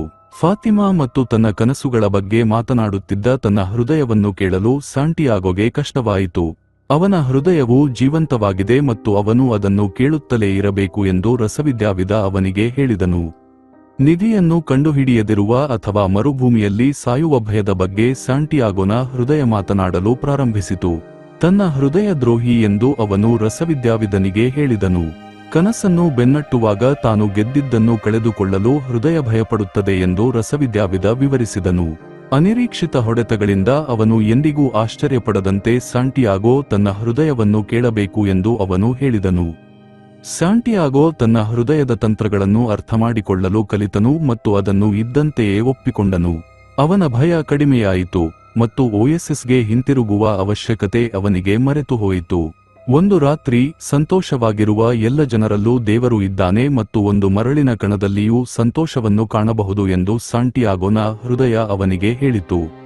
ಪ್ರತಿಯೊಬ್ಬರಿಗೂ ಒಂದು ನಿಧಿ ಕಾಯುತ್ತಿರುತ್ತದೆ ಎಂದು ಅದು ಹೇಳಿತು, ಆದರೆ ಜನರು ಭಯದಿಂದ ಅದನ್ನು ಹುಡುಕುವುದನ್ನು ನಿಲ್ಲಿಸುತ್ತಾರೆ. ಜನರ ಹೃದಯಗಳು ತಮ್ಮ ಕನಸುಗಳನ್ನು ಬೆನ್ನಟ್ಟಲು ಏಕೆ ಹೇಳುವುದಿಲ್ಲ ಎಂದು ಸಾಂಟಿಯಾಗೋ ಕೇಳಿದನು. ಅದು ಹೃದಯಗಳನ್ನು ಹೆಚ್ಚು ದುಃಖಿತಗೊಳಿಸುವುದು ಅದಕ್ಕಾಗಿಯೇ ಎಂದು ರಸವಿದ್ಯಾವಿದ ಹೇಳಿದನು. ಅಂದಿನಿಂದ ಸಾಂಟಿಯಾಗೋ ತನ್ನ ಹೃದಯವನ್ನು ಅರ್ಥಮಾಡಿಕೊಂಡನು ಮತ್ತು ತಾನು ತನ್ನ ಕನಸುಗಳಿಂದ ದೂರ ಸರಿದಾಗಲೆಲ್ಲ ಯಾವಾಗಲೂ ತನ್ನೊಂದಿಗೆ ಮಾತನಾಡಲು ಕೇಳಿದನು. ಒಂದು ಕನಸು ನನಸಾಗುವ ಮೊದಲು ವಿಶ್ವದ ಆತ್ಮವು ದಾರಿಯಲ್ಲಿ ಕಲಿತ ಎಲ್ಲವನ್ನೂ ಪರೀಕ್ಷಿಸುತ್ತದೆ ಎಂದು ರಸವಿದ್ಯಾವಿದ ಹೇಳಿದನು. ಹೆಚ್ಚಿನ ಜನರು ಬಿಟ್ಟುಕೊಡುವುದು ಈ ಹಂತದಲ್ಲಿಯೇ. ಪ್ರತಿಯೊಂದು ಹುಡುಕಾಟವೂ ಆರಂಭಿಕ ಅದೃಷ್ಟದಿಂದ ಪ್ರಾರಂಭವಾಗುತ್ತದೆ ಮತ್ತು ವಿಜೇತನು ತೀವ್ರವಾಗಿ ಪರೀಕ್ಷಿಸಲ್ಪಡುವ ಮೂಲಕ ಕೊನೆಗೊಳ್ಳುತ್ತದೆ ಎಂದು ಅವನು ಹೇಳಿದನು. ಮರುದಿನ ಅವರು 3 ಸಶಸ್ತ್ರ ಬುಡಕಟ್ಟು ಜನಾಂಗದವರನ್ನು ಎದುರಿಸಿದರು. ಅವರು ಅವರನ್ನು ಪ್ರಶ್ನಿಸಿದರು. ರಸವಿದ್ಯಾವಿದ ಶಾಂತವಾಗಿ ಅವರಿಗೆ ದಾರ್ಶನಿಕ ಕಲ್ಲು ಮತ್ತು ಜೀವನಾಮೃತವನ್ನು ತೋರಿಸಿದನು. ಅದನ್ನು ಅವರು ನಂಬಲಿಲ್ಲ. ಒಬ್ಬ ವ್ಯಕ್ತಿಯಲ್ಲಿ ದೊಡ್ಡ ನಿಧಿಗಳಿದ್ದರೆ ಅವರನ್ನು ವಿರಳವಾಗಿ ನಂಬಲಾಗುತ್ತದೆ ಎಂದು ರಸವಿದ್ಯಾವಿದ ವಿವರಿಸಿದನು. ಅವರು ಮುಂದುವರೆದಂತೆ ಸಾಂಟಿಯಾಗೋನ ಹೃದಯ ಮೌನವಾಯಿತು, ಮರುಭೂಮಿಯನ್ನು ಚಿಂತಿಸುವುದರಲ್ಲಿ ಮತ್ತು ಅವನೊಂದಿಗೆ ವಿಶ್ವದ ಆತ್ಮದಿಂದ ಕುಡಿಯುವುದರಲ್ಲಿ ತೃಪ್ತನಾಯಿತು. ಒಂದು ಮಧ್ಯಾಹ್ನ ಅವರು ಒಂದು ಬುಡಕಟ್ಟು ಜನಾಂಗದ ಶಿಬಿರವನ್ನು ದಾಟಿದರು. ತನ್ನ ಹೃದಯವನ್ನು ನಂಬು, ಆದರೆ ತಾನು ಮರುಭೂಮಿಯಲ್ಲಿದ್ದೇನೆ ಎಂದು ಎಂದಿಗೂ ಮರೆಯಬೇಡ ಎಂದು ರಸವಿದ್ಯಾವಿದ ಸಾಂಟಿಯಾಗೋಗೆ ಎಚ್ಚರಿಸಿದನು. ಅಲ್ಲಿ ವಿಶ್ವದ ಆತ್ಮಯುದ್ಧದ ಕಿರುಚಾಟಗಳನ್ನು ಕೇಳಬಹುದು. 2 ಕುದುರೆ ಸವಾರರು ಅವರನ್ನು ತಡೆದು ಅವರು ಯುದ್ಧ ವಲಯದಲ್ಲಿದ್ದಾರೆ ಎಂದು ಹೇಳಿದರು. ರಸವಿದ್ಯಾವಿದನ ಬಲವಾದ ನೋಟ ಪ್ರಯಾಣಿಕರನ್ನು ಹೋಗಲು ಬಿಡಲು ಅವರನ್ನು ಮನವೊಲಿಸಿತು. ಅಂತಿಮವಾಗಿ ಅವರು ಕ್ಷಿತಿಜದಲ್ಲಿರುವ ಪರ್ವತಗಳನ್ನು ತಲುಪಿದರು. ಅವರು ಪಿರಮಿಡ್ಗಳಿಂದ 2 ದಿನಗಳ ದೂರದಲ್ಲಿದ್ದಾರೆ ಎಂದು ರಸವಿದ್ಯಾವಿದ ಹೇಳಿದನು. ಸಾಂಟಿಯಾಗೋ ರಸವಿದ್ಯೆಯ ಬಗ್ಗೆ ಕಲಿಯಲು ಕೇಳಿದನು. ರಸವಿದ್ಯೆಯು ವಿಶ್ವದ ಆತ್ಮಕ್ಕೆ ತೋರಿಕೊಳ್ಳುವುದು ಮತ್ತು ಒಬ್ಬರ ನಿಧಿಯನ್ನು ಕಂಡುಹಿಡಿಯುವುದು ಎಂದು ರಸವಿದ್ಯಾವಿದ ಹೇಳಿದನು. ಚಿನ್ನವು ಅತ್ಯಂತ ವಿಕಸನಗೊಂಡ ಲೋಹ ಎಂದು ಮತ್ತು ಚಿನ್ನವನ್ನು ಮಾತ್ರ ಬಯಸುವ ರಸವಿದ್ಯಾವಿದರು ಎಂದಿಗೂ ರಹಸ್ಯವನ್ನು ಕಂಡುಹಿಡಿಯಲಿಲ್ಲ ಎಂದು ಅವನು ವಿವರಿಸಿದನು. ಇತರ ಲೋಹಗಳು ತಮ್ಮದೇ ಆದ ವೈಯಕ್ತಿಕ ದಂತಕಥೆಗಳನ್ನು ಪೂರೈಸಬೇಕೆಂದು ಅವರು ಮರೆತರು. ರಸವಿದ್ಯಾವಿದ ಒಂದು ಚಿಪ್ಪನ್ನು ತೆಗೆದುಕೊಂಡು ಸಮುದ್ರವು ಅದರಲ್ಲಿ ಜೀವಿಸಿತ್ತು, ಏಕೆಂದರೆ ಅದು ಅದರ ವೈಯಕ್ತಿಕ ದಂತಕಥೆಯಾಗಿತ್ತು ಮತ್ತು ಮರುಭೂಮಿ ಮತ್ತೆ ನೀರಿನಿಂದ ಆವೃತವಾಗುವವರೆಗೆ ಅದು ಎಂದಿಗೂ ನಿಲ್ಲುವುದಿಲ್ಲ ಎಂದು ಹೇಳಿದನು. ಅವರು ಪಿರಮಿಡ್ಗಳ ಕಡೆಗೆ ಕುದುರೆಯ ಮೇಲೆ ಸವಾರಿ ಮಾಡಿದರು. ಅಧ್ಯಾಯ 10. ಸೂರ್ಯ ಮುಳುಗುತ್ತಿದ್ದಂತೆ ಸಾಂಟಿಯಾಗೋನ ಹೃದಯ ಅಪಾಯದ ಸಂಕೇತ ನೀಡಿತು. ಅವರು ದಿಬ್ಬಗಳಿಂದ ಸುತ್ತುವರೆದಿದ್ದರು ಮತ್ತು ನಂತರ ನೀಲಿ ಬಟ್ಟೆ ಧರಿಸಿದ 100 ಬುಡಕಟ್ಟು ಜನಾಂಗದವರಿಂದ ಸುತ್ತುವರೆದಿದ್ದರು. ಅವರನ್ನು ಮಿಲಿಟರಿ ಶಿಬಿರಕ್ಕೆ ಕರೆದೊಯ್ಯಲಾಯಿತು. ಅವರಲ್ಲಿ ಒಬ್ಬ ವ್ಯಕ್ತಿ ಅವರನ್ನು ಗೂಢಚಾರರೆಂದು ಆರೋಪಿಸಿದನು. ರಸವಿದ್ಯಾವಿದ ಶಾಂತವಾಗಿ ಅವರು ಕೇವಲ ಪ್ರಯಾಣಿಕರು ಮತ್ತು ಸಾಂಟಿಯಾಗೋ ಅಸಾಧಾರಣ ಶಕ್ತಿಗಳನ್ನು ಪ್ರದರ್ಶಿಸಬಲ್ಲ ರಸವಿದ್ಯಾವಿದ ಎಂದು ಹೇಳಿದನು. ಮುಖ್ಯಸ್ಥ ಕುತೂಹಲದಿಂದ ಒಂದು ಪ್ರದರ್ಶನವನ್ನು ನೋಡಲು ಕೇಳಿದನು. ಸಾಂಟಿಯಾಗೋ 3 ದಿನಗಳಲ್ಲಿ ತನ್ನನ್ನು ತಾನೇ ಗಾಳಿಯಾಗಿ ಪರಿವರ್ತಿಸಿಕೊಳ್ಳಬೇಕೆಂದು ರಸವಿದ್ಯಾವಿದ ಹೇಳಿದನು. ಅವನು ವಿಫಲವಾದರೆ ಅವರು ತಮ್ಮ ಜೀವವನ್ನು ಅರ್ಪಿಸಿದರು. ಮುಖ್ಯಸ್ಥ ಅವರಿಗೆ 3 ದಿನಗಳನ್ನು ನೀಡಲು ಒಪ್ಪಿಕೊಂಡನು. ಭಯಪಡಬೇಡ ಎಂದು ರಸವಿದ್ಯಾವಿದ ಸಾಂಟಿಯಾಗೋಗೆ ಹೇಳಿದನು. ಸಾಂಟಿಯಾಗೋ ಭಯಭೀತನಾಗಿದ್ದನು. ತನ್ನನ್ನು ತಾನೇ ಗಾಳಿಯಾಗಿ ಪರಿವರ್ತಿಸಿಕೊಳ್ಳುವುದು ಹೇಗೆಂದು ಅವನಿಗೆ ತಿಳಿದಿರಲಿಲ್ಲ. ಒಬ್ಬ ವ್ಯಕ್ತಿಯು ತನ್ನ ವೈಯಕ್ತಿಕ ದಂತಕಥೆಯನ್ನು ಜೀವಿಸುತ್ತಿದ್ದರೆ ತನಗೆ ಬೇಕಾದ ಎಲ್ಲವೂ ಅವನಿಗೆ ತಿಳಿದಿರುತ್ತದೆ ಮತ್ತು ಕನಸನ್ನು ಅಸಾಧ್ಯವಾಗಿಸುವುದು ವೈಫಲ್ಯದ ಭಯ ಮಾತ್ರ ಎಂದು ರಸವಿದ್ಯಾವಿದ ಅವನಿಗೆ ನೆನಪಿಸಿದನು. 3ನೇ ದಿನ ಮುಖ್ಯಸ್ಥ ಮತ್ತು ಅವನ ಅಧಿಕಾರಿಗಳು ಸ್ಯಾಂಟಿಯಾಗೋನನ್ನು ನೋಡಲು ಬಂದರು. ಸ್ಯಾಂಟಿಯಾಗೋ ಮರುಭೂಮಿಯೊಂದಿಗೆ ಮಾತನಾಡಿದನು, ಗಾಳಿಯಾಗಿ ಬದಲಾಗಲು ಸಹಾಯ ಮಾಡುವಂತೆ ಕೇಳಿದನು. ಇದರಿಂದ ಅವನು ತನ್ನ ಪ್ರೀತಿಪಾತ್ರರ ಬಳಿಗೆ ಹಿಂತಿರುಗಬಹುದು. ಅವರು ಅದರ ಮರಳಿನಲ್ಲಿ ಎಲ್ಲೋ ಇದ್ದರು. ಗಾಳಿ ಬೀಸಲು ತನ್ನ ಮರಳನ್ನು ನೀಡಬಲ್ಲೆ ಎಂದು ಮರುಭೂಮಿ ಹೇಳಿತು. ಆದರೆ ಸ್ಯಾಂಟಿಯಾಗೋ ಗಾಳಿಯ ಸಹಾಯವನ್ನು ಕೇಳಬೇಕಾಗಿತ್ತು. ಒಂದು ತಂಪಾದ ಗಾಳಿ ಬೀಸಲು ಪ್ರಾರಂಭಿಸಿತು. ತನ್ನ ಪ್ರೀತಿಪಾತ್ರರ ಧ್ವನಿಯನ್ನು ತನಗೆ ತಲುಪಿಸಿದ ದಿನವನ್ನು ನೆನಪಿಸುತ್ತಾ ಸ್ಯಾಂಟಿಯಾಗೋ ಗಾಳಿಯೊಂದಿಗೆ ಮಾತನಾಡಿದನು. ಗಾಳಿಯು ಅವನಿಗೆ ಅದರ ಭಾಷೆ ಮತ್ತು ಮರುಭೂಮಿಯ ಭಾಷೆಯನ್ನು ಯಾರು ಕಲಿಸಿದರು ಎಂದು ಕೇಳಿತು. ಅದು ತನ್ನ ಹೃದಯ ಎಂದು ಸ್ಯಾಂಟಿಯಾಗೋ ಹೇಳಿದನು. ಗಾಳಿಯು ಒಬ್ಬ ಮನುಷ್ಯನನ್ನು ಗಾಳಿಯಾಗಿ ಪರಿವರ್ತಿಸಲು ಸಾಧ್ಯವಿಲ್ಲ ಎಂದು ಹೇಳಿತು. ತನ್ನಲ್ಲಿ ಗಾಳಿ, ಮರುಭೂಮಿ, ಸಾಗರ, ನಕ್ಷತ್ರಗಳು ಮತ್ತು ವಿಶ್ವದಲ್ಲಿ ಸೃಷ್ಟಿಯಾದ ಎಲ್ಲವೂ ಇವೆ. ಎಲ್ಲವೂ ಒಂದೇ ಕೈಯಿಂದ ಮತ್ತು ಒಂದೇ ಆತ್ಮದಿಂದ ಮಾಡಲ್ಪಟ್ಟಿದೆ ಎಂದು ಸ್ಯಾಂಟಿಯಾಗೋ ಹೇಳಿದನು. ಜನರು ಮತ್ತು ಗಾಳಿಯ ಅಪರಿಮಿತ ಸಾಧ್ಯತೆಗಳ ಬಗ್ಗೆ ಮಾತನಾಡಲು ಕೆಲವು ಕ್ಷಣಗಳ ಕಾಲ ಗಾಳಿಯಾಗಲು ಕಲಿಸಲು ಅವನು ಗಾಳಿಯನ್ನು ಕೇಳಿದನು. ಗಾಳಿಯು ಕುತೂಹಲಗೊಂಡಿತು. ಅದು ಹಿಂದೆಂದೂ ಆಗಿರಲಿಲ್ಲ. ಅದು ಈ ವಿಷಯಗಳ ಬಗ್ಗೆ ತಿಳಿಯಲು ಬಯಸಿತು, ಆದರೆ ಒಬ್ಬ ಮನುಷ್ಯನನ್ನು ಗಾಳಿಯಾಗಿ ಪರಿವರ್ತಿಸುವುದು ಹೇಗೆಂದು ತಿಳಿದಿರಲಿಲ್ಲ. ಅದು ಸೀಮಿತವಾಗಿದೆ ಎಂದು ಭಾವಿಸಿತು. ಸ್ಯಾಂಟಿಯಾಗೋ ಹೇಳಿದನು, ಇದನ್ನು ನಾವು ಪ್ರೀತಿ ಎಂದು ಕರೆಯುತ್ತೇವೆ. ನೀವು ಪ್ರೀತಿಸಲ್ಪಟ್ಟಾಗ ನೀವು ಸೃಷ್ಟಿಯಲ್ಲಿ ಏನನ್ನೂ ಮಾಡಬಹುದು. ನೀವು ಪ್ರೀತಿಸಲ್ಪಟ್ಟಾಗ ಏನಾಗುತ್ತಿದೆ ಎಂದು ಅರ್ಥಮಾಡಿಕೊಳ್ಳುವ ಅಗತ್ಯವಿಲ್ಲ, ಏಕೆಂದರೆ ಎಲ್ಲವೂ ನಿಮ್ಮೊಳಗೆ ನಡೆಯುತ್ತದೆ ಮತ್ತು ಪುರುಷರು ಸಹ ತಮ್ಮನ್ನು ಗಾಳಿಯಾಗಿ ಪರಿವರ್ತಿಸಿಕೊಳ್ಳಬಹುದು. ಗಾಳಿ ಸಹಾಯ ಮಾಡಿದರೆ ಮಾತ್ರ ಸಹಜವಾಗಿ. ಗಾಳಿ ಹೆಮ್ಮೆಯಿಂದ ಮತ್ತು ಕಿರಿಕಿರಿಯಿಂದ ಇನ್ನಷ್ಟು ಬಲವಾಗಿ ಬೀಸಿತು, ಮರುಭೂಮಿಯ ಮರಳನ್ನು ಮೇಲಕ್ಕೆತ್ತಿತು. ಆದರೆ ಅದು ಒಬ್ಬ ಮನುಷ್ಯನನ್ನು ಗಾಳಿಯಾಗಿ ಪರಿವರ್ತಿಸುವುದು ಹೇಗೆಂದು ತನಗೆ ತಿಳಿದಿಲ್ಲ ಎಂದು ಮತ್ತು ಪ್ರೀತಿಯ ಬಗ್ಗೆ ಏನೂ ತಿಳಿದಿಲ್ಲ ಎಂದು ಒಪ್ಪಿಕೊಳ್ಳಬೇಕಾಯಿತು. ಸ್ಯಾಂಟಿಯಾಗೋ ಸ್ವರ್ಗವನ್ನು ಕೇಳಲು ಅದು ಸೂಚಿಸಿತು. ಸ್ಯಾಂಟಿಯಾಗೋ ಗಾಳಿಯನ್ನು ಎಷ್ಟು ಬಲವಾದ ಮರಳಿನ ಬಿರುಗಾಳಿಯನ್ನು ಸೃಷ್ಟಿಸಲು ಕೇಳಿದನು ಎಂದರೆ ಅವನು ಕುರುಡನಾಗದೆ ಸ್ವರ್ಗವನ್ನು ನೋಡಬಹುದು. ಗಾಳಿಯು ಒಪ್ಪಿಕೊಂಡಿತು ಮತ್ತು ಆಕಾಶವು ಮರಳಿನಿಂದ ತುಂಬಿ ಹೋಯಿತು. ಸೂರ್ಯನನ್ನು ಚಿನ್ನದ ಡಿಸ್ಕ್ ಆಗಿ ಪರಿವರ್ತಿಸಿತು. ಶಿಬಿರದಲ್ಲಿ ಗೋಚರತೆ ಶೂನ್ಯಕ್ಕೆ ಹತ್ತಿರವಾಗಿತ್ತು. ಮರುಭೂಮಿಯ ಜನರು ಈ ಗಾಳಿಯನ್ನು ತಿಳಿದಿದ್ದರು, ಸಿಮುಮ್, ಮತ್ತು ಅದು ಅವರನ್ನು ಭಯಭೀತರನ್ನಾಗಿಸಿತು. ಸೂರ್ಯನಿಗೆ ಪ್ರೀತಿಯ ಬಗ್ಗೆ ತಿಳಿದಿದ್ದರೆ ಪ್ರೀತಿಯಿಂದ ಮಾಡಲ್ಪಟ್ಟ ವಿಶ್ವದ ಆತ್ಮದ ಬಗ್ಗೆಯೂ ತಿಳಿದಿರಬೇಕು ಎಂದು ಸ್ಯಾಂಟಿಯಾಗೋ ಸೂರ್ಯನೊಂದಿಗೆ ಮಾತನಾಡಿದನು. ತಾನು ವಿಶ್ವದ ಆತ್ಮವನ್ನು ನೋಡಬಲ್ಲೆ ಮತ್ತು ಅದರೊಂದಿಗೆ ಸಂವಹನ ನಡೆಸಬಲ್ಲೆ ಎಂದು ಸೂರ್ಯ ಉತ್ತರಿಸಿದನು. ಇದರಿಂದ ಜೀವನವು ಅಭಿವೃದ್ಧಿ ಹೊಂದುತ್ತದೆ. ಭೂಮಿಯಿಂದ ತನ್ನ ದೂರದಿಂದ ತಾನು ಪ್ರೀತಿಸಲು ಕಲಿತಿದ್ದೇನೆ ಎಂದು ಅದು ಹೇಳಿತು. ತುಂಬಾ ಹತ್ತಿರ ಬಂದರೆ ಎಲ್ಲವೂ ನಾಶವಾಗುತ್ತದೆ ಎಂದು ತಿಳಿದಿತ್ತು. ಸೂರ್ಯ ಎಲ್ಲವನ್ನೂ ದೂರದಿಂದ ಗಮನಿಸುತ್ತಾನೆ ಮತ್ತು ವಿಶ್ವದ ಆತ್ಮವನ್ನು ಬದಲಾಯಿಸಿ ಸುಧಾರಿಸಿದ ಪ್ರೀತಿಯನ್ನು ತಿಳಿದಿಲ್ಲ ಎಂದು ಸ್ಯಾಂಟಿಯಾಗೋ ಸೂಚಿಸಿದನು. ಜನರು ಪ್ರೀತಿಸಿದಾಗ ಅವರು ಯಾವಾಗಲೂ ಉತ್ತಮರಾಗಲು ಪ್ರಯತ್ನಿಸುತ್ತಾರೆ, ವಿಶ್ವದ ಆತ್ಮವನ್ನು ಪೋಷಿಸುತ್ತಾರೆ ಎಂದು ಅವನು ಹೇಳಿದನು. ತನ್ನನ್ನು ಗಾಳಿಯಾಗಿ ಪರಿವರ್ತಿಸಲು ಸಹಾಯ ಮಾಡುವಂತೆ ಅವನು ಸೂರ್ಯನನ್ನು ಕೇಳಿದನು. ಸೂರ್ಯ ತನ್ನನ್ನು ತಾನೇ ಅತ್ಯಂತ ಬುದ್ಧಿವಂತ ಜೀವಿ ಎಂದು ಪರಿಗಣಿಸಿ ಒಬ್ಬ ಮನುಷ್ಯನನ್ನು ಗಾಳಿಯಾಗಿ ಪರಿವರ್ತಿಸುವುದು ಹೇಗೆಂದು ತನಗೆ ತಿಳಿದಿಲ್ಲ ಎಂದು ಒಪ್ಪಿಕೊಂಡನು ಮತ್ತು ಎಲ್ಲವನ್ನೂ ಬರೆದ ಕೈಯನ್ನು ಕೇಳಲು ಸ್ಯಾಂಟಿಯಾಗೋಗೆ ಸೂಚಿಸಿದನು. ಗಾಳಿ ಸಂತೋಷದಿಂದ ಕೂಗಿತು ಮತ್ತು ಎಂದಿಗಿಂತಲೂ ಬಲವಾಗಿ ಬೀಸಿತು. ಗುಡಾರಗಳು ಕಿತ್ತು ಹೋದವು ಮತ್ತು ಪ್ರಾಣಿಗಳು ತಪ್ಪಿಸಿಕೊಂಡವು. ಬಂಡೆಯ ಮೇಲೆ ಜನರು ಒಬ್ಬರನ್ನೊಬ್ಬರು ಹಿಡಿದಿದ್ದರು. ಸ್ಯಾಂಟಿಯಾಗೋ ಎಲ್ಲವನ್ನೂ ಬರೆದ ಕೈಯ ಕಡೆಗೆ ತಿರುಗಿದನು. ವಿಶ್ವವು ಮೌನವಾಯಿತು.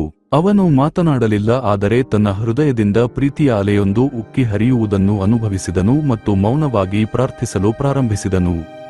ಮರುಭೂಮಿ, ಗಾಳಿ ಮತ್ತು ಸೂರ್ಯ ಕೂಡ ಸೂಚನೆಗಳನ್ನು ಅರ್ಥಮಾಡಿಕೊಳ್ಳಲು ಮತ್ತು ತಮ್ಮ ಮಾರ್ಗಗಳನ್ನು ಅನುಸರಿಸಲು ಪ್ರಯತ್ನಿಸುತ್ತಿವೆ ಎಂದು ಅವನು ಅರ್ಥಮಾಡಿಕೊಂಡನು. ಸೂಚನೆಗಳು ಎಲ್ಲೆಡೆ ಇದ್ದವು, ಅವುಗಳಿಗೆ ಅಂತರ್ಗತ ಕಾರಣವಿಲ್ಲದೆ, ಮತ್ತು ಅವುಗಳನ್ನು ಏಕೆ ಸೃಷ್ಟಿಸಲಾಗಿದೆ ಎಂದು ಯಾರಿಗೂ ನಿಜವಾಗಿಯೂ ತಿಳಿದಿರಲಿಲ್ಲ. ಆದರೆ ಆ ಕೈಗೆ ಒಂದು ಕಾರಣವಿತ್ತು ಮತ್ತು ಅದು ಪವಾಡಗಳನ್ನು ಮಾಡಬಲ್ಲದು ಎಂದು ಅವನು ಅರಿತುಕೊಂಡನು. ಸ್ಯಾಂಟಿಯಾಗೋ ವಿಶ್ವದ ಆತ್ಮದ ಮೂಲಕ ತಲುಪಿದನು ಮತ್ತು ಅದು ದೇವರ ಆತ್ಮದ ಒಂದು ಭಾಗವೆಂದು ನೋಡಿದನು. ಅದು ಅವನ ಸ್ವಂತ ಆತ್ಮವೂ ಆಗಿತ್ತು. ತಾನು ಒಂದು ಹುಡುಗ, ಪವಾಡಗಳನ್ನು ಮಾಡಬಲ್ಲೆ ಎಂದು ಅವನು ಅರ್ಥಮಾಡಿಕೊಂಡನು. ಸಿಮುಮ್ ಹಿಂದೆಂದಿಗಿಂತಲೂ ಬಲವಾಗಿ ಬೀಸಿತು. ನಂತರ ಅರಬ್ಬರು ಗಾಳಿಯಾಗಿ ಬದಲಾದ ಹುಡುಗನ ದಂತಕಥೆಯನ್ನು ಹೇಳುತ್ತಾರೆ. ಗಾಳಿ ನಿಂತಾಗ ಸಾಂಟಿಯಾಗೋ ಶಿಬಿರದ ಇನ್ನೊಂದು ಬದಿಯಲ್ಲಿ ಕಾವಲುಗಾರನ ಪಕ್ಕದಲ್ಲಿ ಶಾಂತವಾಗಿ ನಿಂತಿದ್ದನು. ಆ ಜನರು ಭಯಭೀತರಾಗಿದ್ದರು. ಆದರೆ ರಸವಿದ್ಯಾವಿದ ನಕ್ಕನು, ತನ್ನ ಪರಿಪೂರ್ಣ ಶಿಷ್ಯನನ್ನು ಕಂಡುಕೊಂಡಿದ್ದಕ್ಕಾಗಿ ಮತ್ತು ಮುಖ್ಯಸ್ಥ ನಕ್ಕನು, ದೇವರ ಮಹಿಮೆಯನ್ನು ಗುರುತಿಸಿದ್ದಕ್ಕಾಗಿ. ಮರುದಿನ ಜನರಲ್ ಅವರಿಗೆ ವಿದಾಯ ಹೇಳಿ ಒಂದು ಬೆಂಗಾವಲು ಪಡೆಯನ್ನು ಒದಗಿಸಿದನು. ಅಧ್ಯಾಯ 11. ಅವರು ಮಧ್ಯಾಹ್ನದವರೆಗೂ ಕುದುರೆಯ ಮೇಲೆ ಸವಾರಿ ಮಾಡಿ ಕಾಪ್ಟಿಕ್ ಮಠವನ್ನು ತಲುಪಿದರು. ರಸವಿದ್ಯಾವಿದ ಕುದುರೆಯಿಂದ ಇಳಿದು ಬೆಂಗಾವಲು ಪಡೆಯನ್ನು ಹಿಂತಿರುಗಲು ಹೇಳಿದನು. ಅವರು ಪಿರಮಿಡ್ಗಳಿಂದ 3 ಗಂಟೆಗಳ ದೂರದಲ್ಲಿದ್ದಾರೆ ಮತ್ತು ಅಲ್ಲಿಂದ ಅವನು ಒಂಟಿಯಾಗಿರುತ್ತಾನೆ ಎಂದು ಸಾಂಟಿಯಾಗೋಗೆ ಹೇಳಿದನು. ವಿಶ್ವದ ಭಾಷೆಯನ್ನು ಕಲಿಸಿದ್ದಕ್ಕಾಗಿ ಸಾಂಟಿಯಾಗೋ ಅವನಿಗೆ ಧನ್ಯವಾದ ಹೇಳಿದನು. ತಾನು ಸಾಂಟಿಯಾಗೋಗೆ ಈಗಾಗಲೇ ತಿಳಿದಿದ್ದನ್ನು ಮಾತ್ರ ಪ್ರೇರೇಪಿಸಿದೆ ಎಂದು ರಸವಿದ್ಯಾವಿದ ಉತ್ತರಿಸಿದನು. ರಸವಿದ್ಯಾವಿದ ಒಬ್ಬ ಸನ್ಯಾಸಿಯೊಂದಿಗೆ ಮಾತನಾಡಿದನು ಮತ್ತು ಅಡುಗೆಮನೆಯನ್ನು ಬಳಸಲು ಅನುಮತಿ ಕೇಳಿದನು. ಅವನು ಕಬ್ಬಿಣದ ಬಾಣಲೆಯಲ್ಲಿ ಸೀಸವನ್ನು ಕರಗಿಸಿ ತನ್ನ ಚೀಲದಿಂದ ಹಳದಿ ಮೊಟ್ಟೆಯ ದಾರ್ಶನಿಕ ಕಲ್ಲು ಒಂದು ಸಣ್ಣ ತುಂಡನ್ನು ತೆಗೆದು ಮೇಣದಲ್ಲಿ ಸುತ್ತಿ ಕರಗಿದ ಸೀಸಕ್ಕೆ ಸೇರಿಸಿದನು. ಮಿಶ್ರಣವು ಕೆಂಪು ಬಣ್ಣಕ್ಕೆ ತಿರುಗಿತು. ಅದು ತಣ್ಣಗಾದ ನಂತರ ಸೀಸವು ಚಿನ್ನವಾಗಿ ಮಾರ್ಪಟ್ಟಿತ್ತು. ತಾನು ಎಂದಾದರೂ ಹಾಗೆ ಮಾಡಲು ಕಲಿಯುತ್ತೇನೆಯೇ ಎಂದು ಸಾಂಟಿಯಾಗೋ ಕೇಳಿದನು. ಅದು ತನ್ನ ವೈಯಕ್ತಿಕ ದಂತಕಥೆ, ಸಾಂಟಿಯಾಗೋನದಲ್ಲ, ಆದರೆ ಅದು ಸಾಧ್ಯ ಎಂದು ತೋರಿಸಲು ಬಯಸಿದ್ದೆ ಎಂದು ರಸವಿದ್ಯಾವಿದ ಹೇಳಿದನು. ಮಠದ ಗೇಟ್ಗಳಲ್ಲಿ ರಸವಿದ್ಯಾವಿದ ಚಿನ್ನವನ್ನು 4 ಭಾಗಗಳಾಗಿ ವಿಂಗಡಿಸಿದನು. ಒಂದು ಭಾಗ ಸನ್ಯಾಸಿಯ ಔದಾರ್ಯಕ್ಕಾಗಿ, ಒಂದು ಜನರಲ್ಗೆ ನೀಡಿದ್ದನ್ನು ಬದಲಿಸಲು ಸಾಂಟಿಯಾಗೋಗೆ, ಒಂದು ತಾನು ಮರುಭೂಮಿಯ ಯುದ್ಧಗಳಿಗೆ ಹಿಂತಿರುಗಲು, ಮತ್ತು ಕೊನೆಯ ಭಾಗವು ಸಾಂಟಿಯಾಗೋಗೆ ಭವಿಷ್ಯದ ಯಾವುದೇ ಅಗತ್ಯಗಳಿಗಾಗಿ. 1 ಬಾರಿ ಸಂಭವಿಸುವುದು ಎಂದಿಗೂ ಮತ್ತೆ ಸಂಭವಿಸುವುದಿಲ್ಲ, ಆದರೆ 2 ಬಾರಿ ಸಂಭವಿಸುವುದು ಖಂಡಿತವಾಗಿಯೂ 3ನೇ ಬಾರಿಗೆ ಸಂಭವಿಸುತ್ತದೆ ಎಂದು ರಸವಿದ್ಯಾವಿದ ಹೇಳಿದನು. ನಂತರ ರಸವಿದ್ಯಾವಿದ ಸಾಂಟಿಯಾಗೋಗೆ ರೋಮನ್ ಶತಪತಿಯೊಬ್ಬನ ಕಥೆಯನ್ನು ಹೇಳಿದನು. ಅವನ ನಂಬಿಕೆಯಿಂದ ಆಡಿದ ಮಾತುಗಳು ಅಮರವಾದವು. ಪ್ರತಿಯೊಬ್ಬರೂ ಜಗತ್ತಿನ ಇತಿಹಾಸದಲ್ಲಿ ಕೇಂದ್ರ ಪಾತ್ರವನ್ನು ವಹಿಸುತ್ತಾರೆ ಎಂದು ಒತ್ತಿ ಹೇಳಿದನು, ಆಗಾಗ್ಗೆ ಅರಿವಿಲ್ಲದೆ. ಅವರು ವಿದಾಯ ಹೇಳಿಕೊಂಡರು ಮತ್ತು ಸಾಂಟಿಯಾಗೋ ಒಂಟಿಯಾಗಿ ಮರುಭೂಮಿಗೆ ಕುದುರೆಯ ಮೇಲೆ ಸವಾರಿ ಮಾಡಿದನು, ತನ್ನ ಹೃದಯದ ಮಾತನ್ನು ಕೇಳುತ್ತಾ. ಅದು ಅವನ ನಿಧಿಗೆ ಅವನನ್ನು ಕರೆದೊಯ್ಯುತ್ತದೆ. ನಿಮ್ಮ ನಿಧಿ ಎಲ್ಲಿದೆಯೋ ನಿಮ್ಮ ಹೃದಯವೂ ಅಲ್ಲೇ ಇರುತ್ತದೆ ಎಂದು ರಸವಿದ್ಯಾವಿದ ಹೇಳಿದ್ದನು. ಉಪಸಂಹಾರ. ರಾತ್ರಿಯಾಗುತ್ತಿದ್ದಂತೆ ಸಾಂಟಿಯಾಗೋ ಒಂದು ಸಣ್ಣ ನಿರ್ಜನ ಚರ್ಚನ್ನು ತಲುಪಿದನು. ಆ ಅವಶೇಷಗಳಿಂದ ಒಂದು ಅತ್ತಿ ಮರ ಬೆಳೆದಿತ್ತು. ಕನಸನ್ನು ಹೊರತುಪಡಿಸಿ ತನ್ನ ಕುರಿಗಳೊಂದಿಗೆ ಅಲ್ಲಿ ಕಳೆದ ಶಾಂತರಾತ್ರಿ ಅವನಿಗೆ ನೆನಪಾಯಿತು. ಅವನು ನಕ್ಷತ್ರಗಳನ್ನು ನೋಡುತ್ತಾ ಕುಳಿತನು, ಸ್ವಲ್ಪ ವೈನ್ ಕುಡಿದನು ಮತ್ತು ತನ್ನ ಪ್ರಯಾಣ ಮತ್ತು ತಾನು ಭೇಟಿಯಾದ ಜನರನ್ನು ನೆನಪಿಸಿಕೊಂಡನು. ಸೂಚನೆಗಳು ಅವನನ್ನು ಸರಿಯಾಗಿ ಮಾರ್ಗದರ್ಶನ ಮಾಡಿದ್ದವು ಎಂದು ಅವನು ಅರಿತುಕೊಂಡನು. ಅವನು ಮಲಗಿದನು ಮತ್ತು ಸೂರ್ಯನು ಎತ್ತರಕ್ಕೆ ಬಂದ ನಂತರ ಎಚ್ಚರಗೊಂಡನು. ಅವನು ಅತ್ತಿ ಮರದ ಬುಡದಲ್ಲಿ ಅಗೆಯಲು ಪ್ರಾರಂಭಿಸಿದನು. ಕಥೆಯೆಲ್ಲ ತಿಳಿದಿದ್ದಕ್ಕಾಗಿ ಮತ್ತು ತನ್ನ ಹಿಂತಿರುಗುವಿಕೆಗಾಗಿ ಚಿನ್ನವನ್ನು ಬಿಟ್ಟು ಹೋದದ್ದರಿಂದ ರಸವಿದ್ಯಾವಿದನನ್ನು ತಮಾಷೆಯಾಗಿ ಮಾಂತ್ರಿಕ ಎಂದು ಕರೆದನು. ತನಗೆ ತಿಳಿದಿದ್ದರೆ ಅವನು ಸುಂದರವಾದ ಪಿರಮಿಡ್ಗಳನ್ನು ನೋಡುತ್ತಿರಲಿಲ್ಲ ಎಂದು ಗಾಳಿಯಲ್ಲಿ ಒಂದು ಧ್ವನಿ ಕೇಳಿಸಿತು. ಸಾಂಟಿಯಾಗೋ ನಕ್ಕನು ಮತ್ತು ಅಗೆಯುವುದನ್ನು ಮುಂದುವರಿಸಿದನು. ಸ್ವಲ್ಪ ಸಮಯದ ನಂತರ ಅವನ ಸಲಿಕೆ ಗಟ್ಟಿಯಾದ ಯಾವುದೋ ಒಂದಕ್ಕೆ ಬಡಿಯಿತು. ಅವನು ಸ್ಪ್ಯಾನಿಷ್ ಚಿನ್ನದ ನಾಣ್ಯಗಳು, ಅಮೂಲ್ಯ ಕಲ್ಲುಗಳು ಮತ್ತು ಚಿನ್ನದ ಕಲಾಕೃತಿಗಳಿಂದ ತುಂಬಿದ ಒಂದು ಪೆಟ್ಟಿಗೆಯನ್ನು ಹೊರತೆಗೆದನು. ಒಂದು ವಿಜಯದ ಮರೆತುಹೋದ ಲೂಟಿ. ಅವನು ಒಮ್ಮೆ ಮಾತ್ರ ಬಳಸಿದ್ದ ಯುರೀಮ್ ಮತ್ತು ತುಮ್ಮಿಮ್ಗಳನ್ನು ಹೊರತೆಗೆದನು. ಅವನು ಅವುಗಳನ್ನು ಪೆಟ್ಟಿಗೆಯಲ್ಲಿ ಇಟ್ಟನು, ಅದು ವೃದ್ಧ ರಾಜನ ನೆನಪಿಗಾಗಿ. ತಮ್ಮ ವೈಯಕ್ತಿಕ ದಂತಕಥೆಯನ್ನು ಬೆನ್ನಟ್ಟಿದವರಿಗೆ ಜೀವನ ಎಷ್ಟು ಉದಾರವಾಗಿತ್ತು ಎಂದು ಅವನು ಯೋಚಿಸಿದನು. ಜಿಪ್ಸಿ ಮಹಿಳೆಗೆ ತನ್ನ ನಿಧಿಯ 10ನೇ 1 ಭಾಗವನ್ನು ನೀಡುವ ತನ್ನ ಭರವಸೆ ಅವನಿಗೆ ನೆನಪಾಯಿತು. ಗಾಳಿ ಬೀಸಲು ಪ್ರಾರಂಭಿಸಿತು. ಆಫ್ರಿಕಾದಿಂದ ಲೆವಾಂಟರ್. ಅದು ತನಗೆ ತಿಳಿದಿರುವ ಸುಗಂಧ ದ್ರವ್ಯದ ವಾಸನೆಯನ್ನು ಮತ್ತು ದೂರದಿಂದ ಬಂದ ಚುಂಬನದ ಸ್ಪರ್ಶವನ್ನು ತಂದಿತು. ಸಾಂಟಿಯಾಗೋ ನಕ್ಕನು ಮತ್ತು ಹೇಳಿದನು, ನಾನು ಬರುತ್ತಿದ್ದೇನೆ, ಫಾತಿಮಾ. ಮತ್ತು ಇದು ದಿ ಆಲ್ಕೆಮಿಸ್ಟ್ ಕಾದಂಬರಿಯ ಸಂಪೂರ್ಣ ಕಥೆ.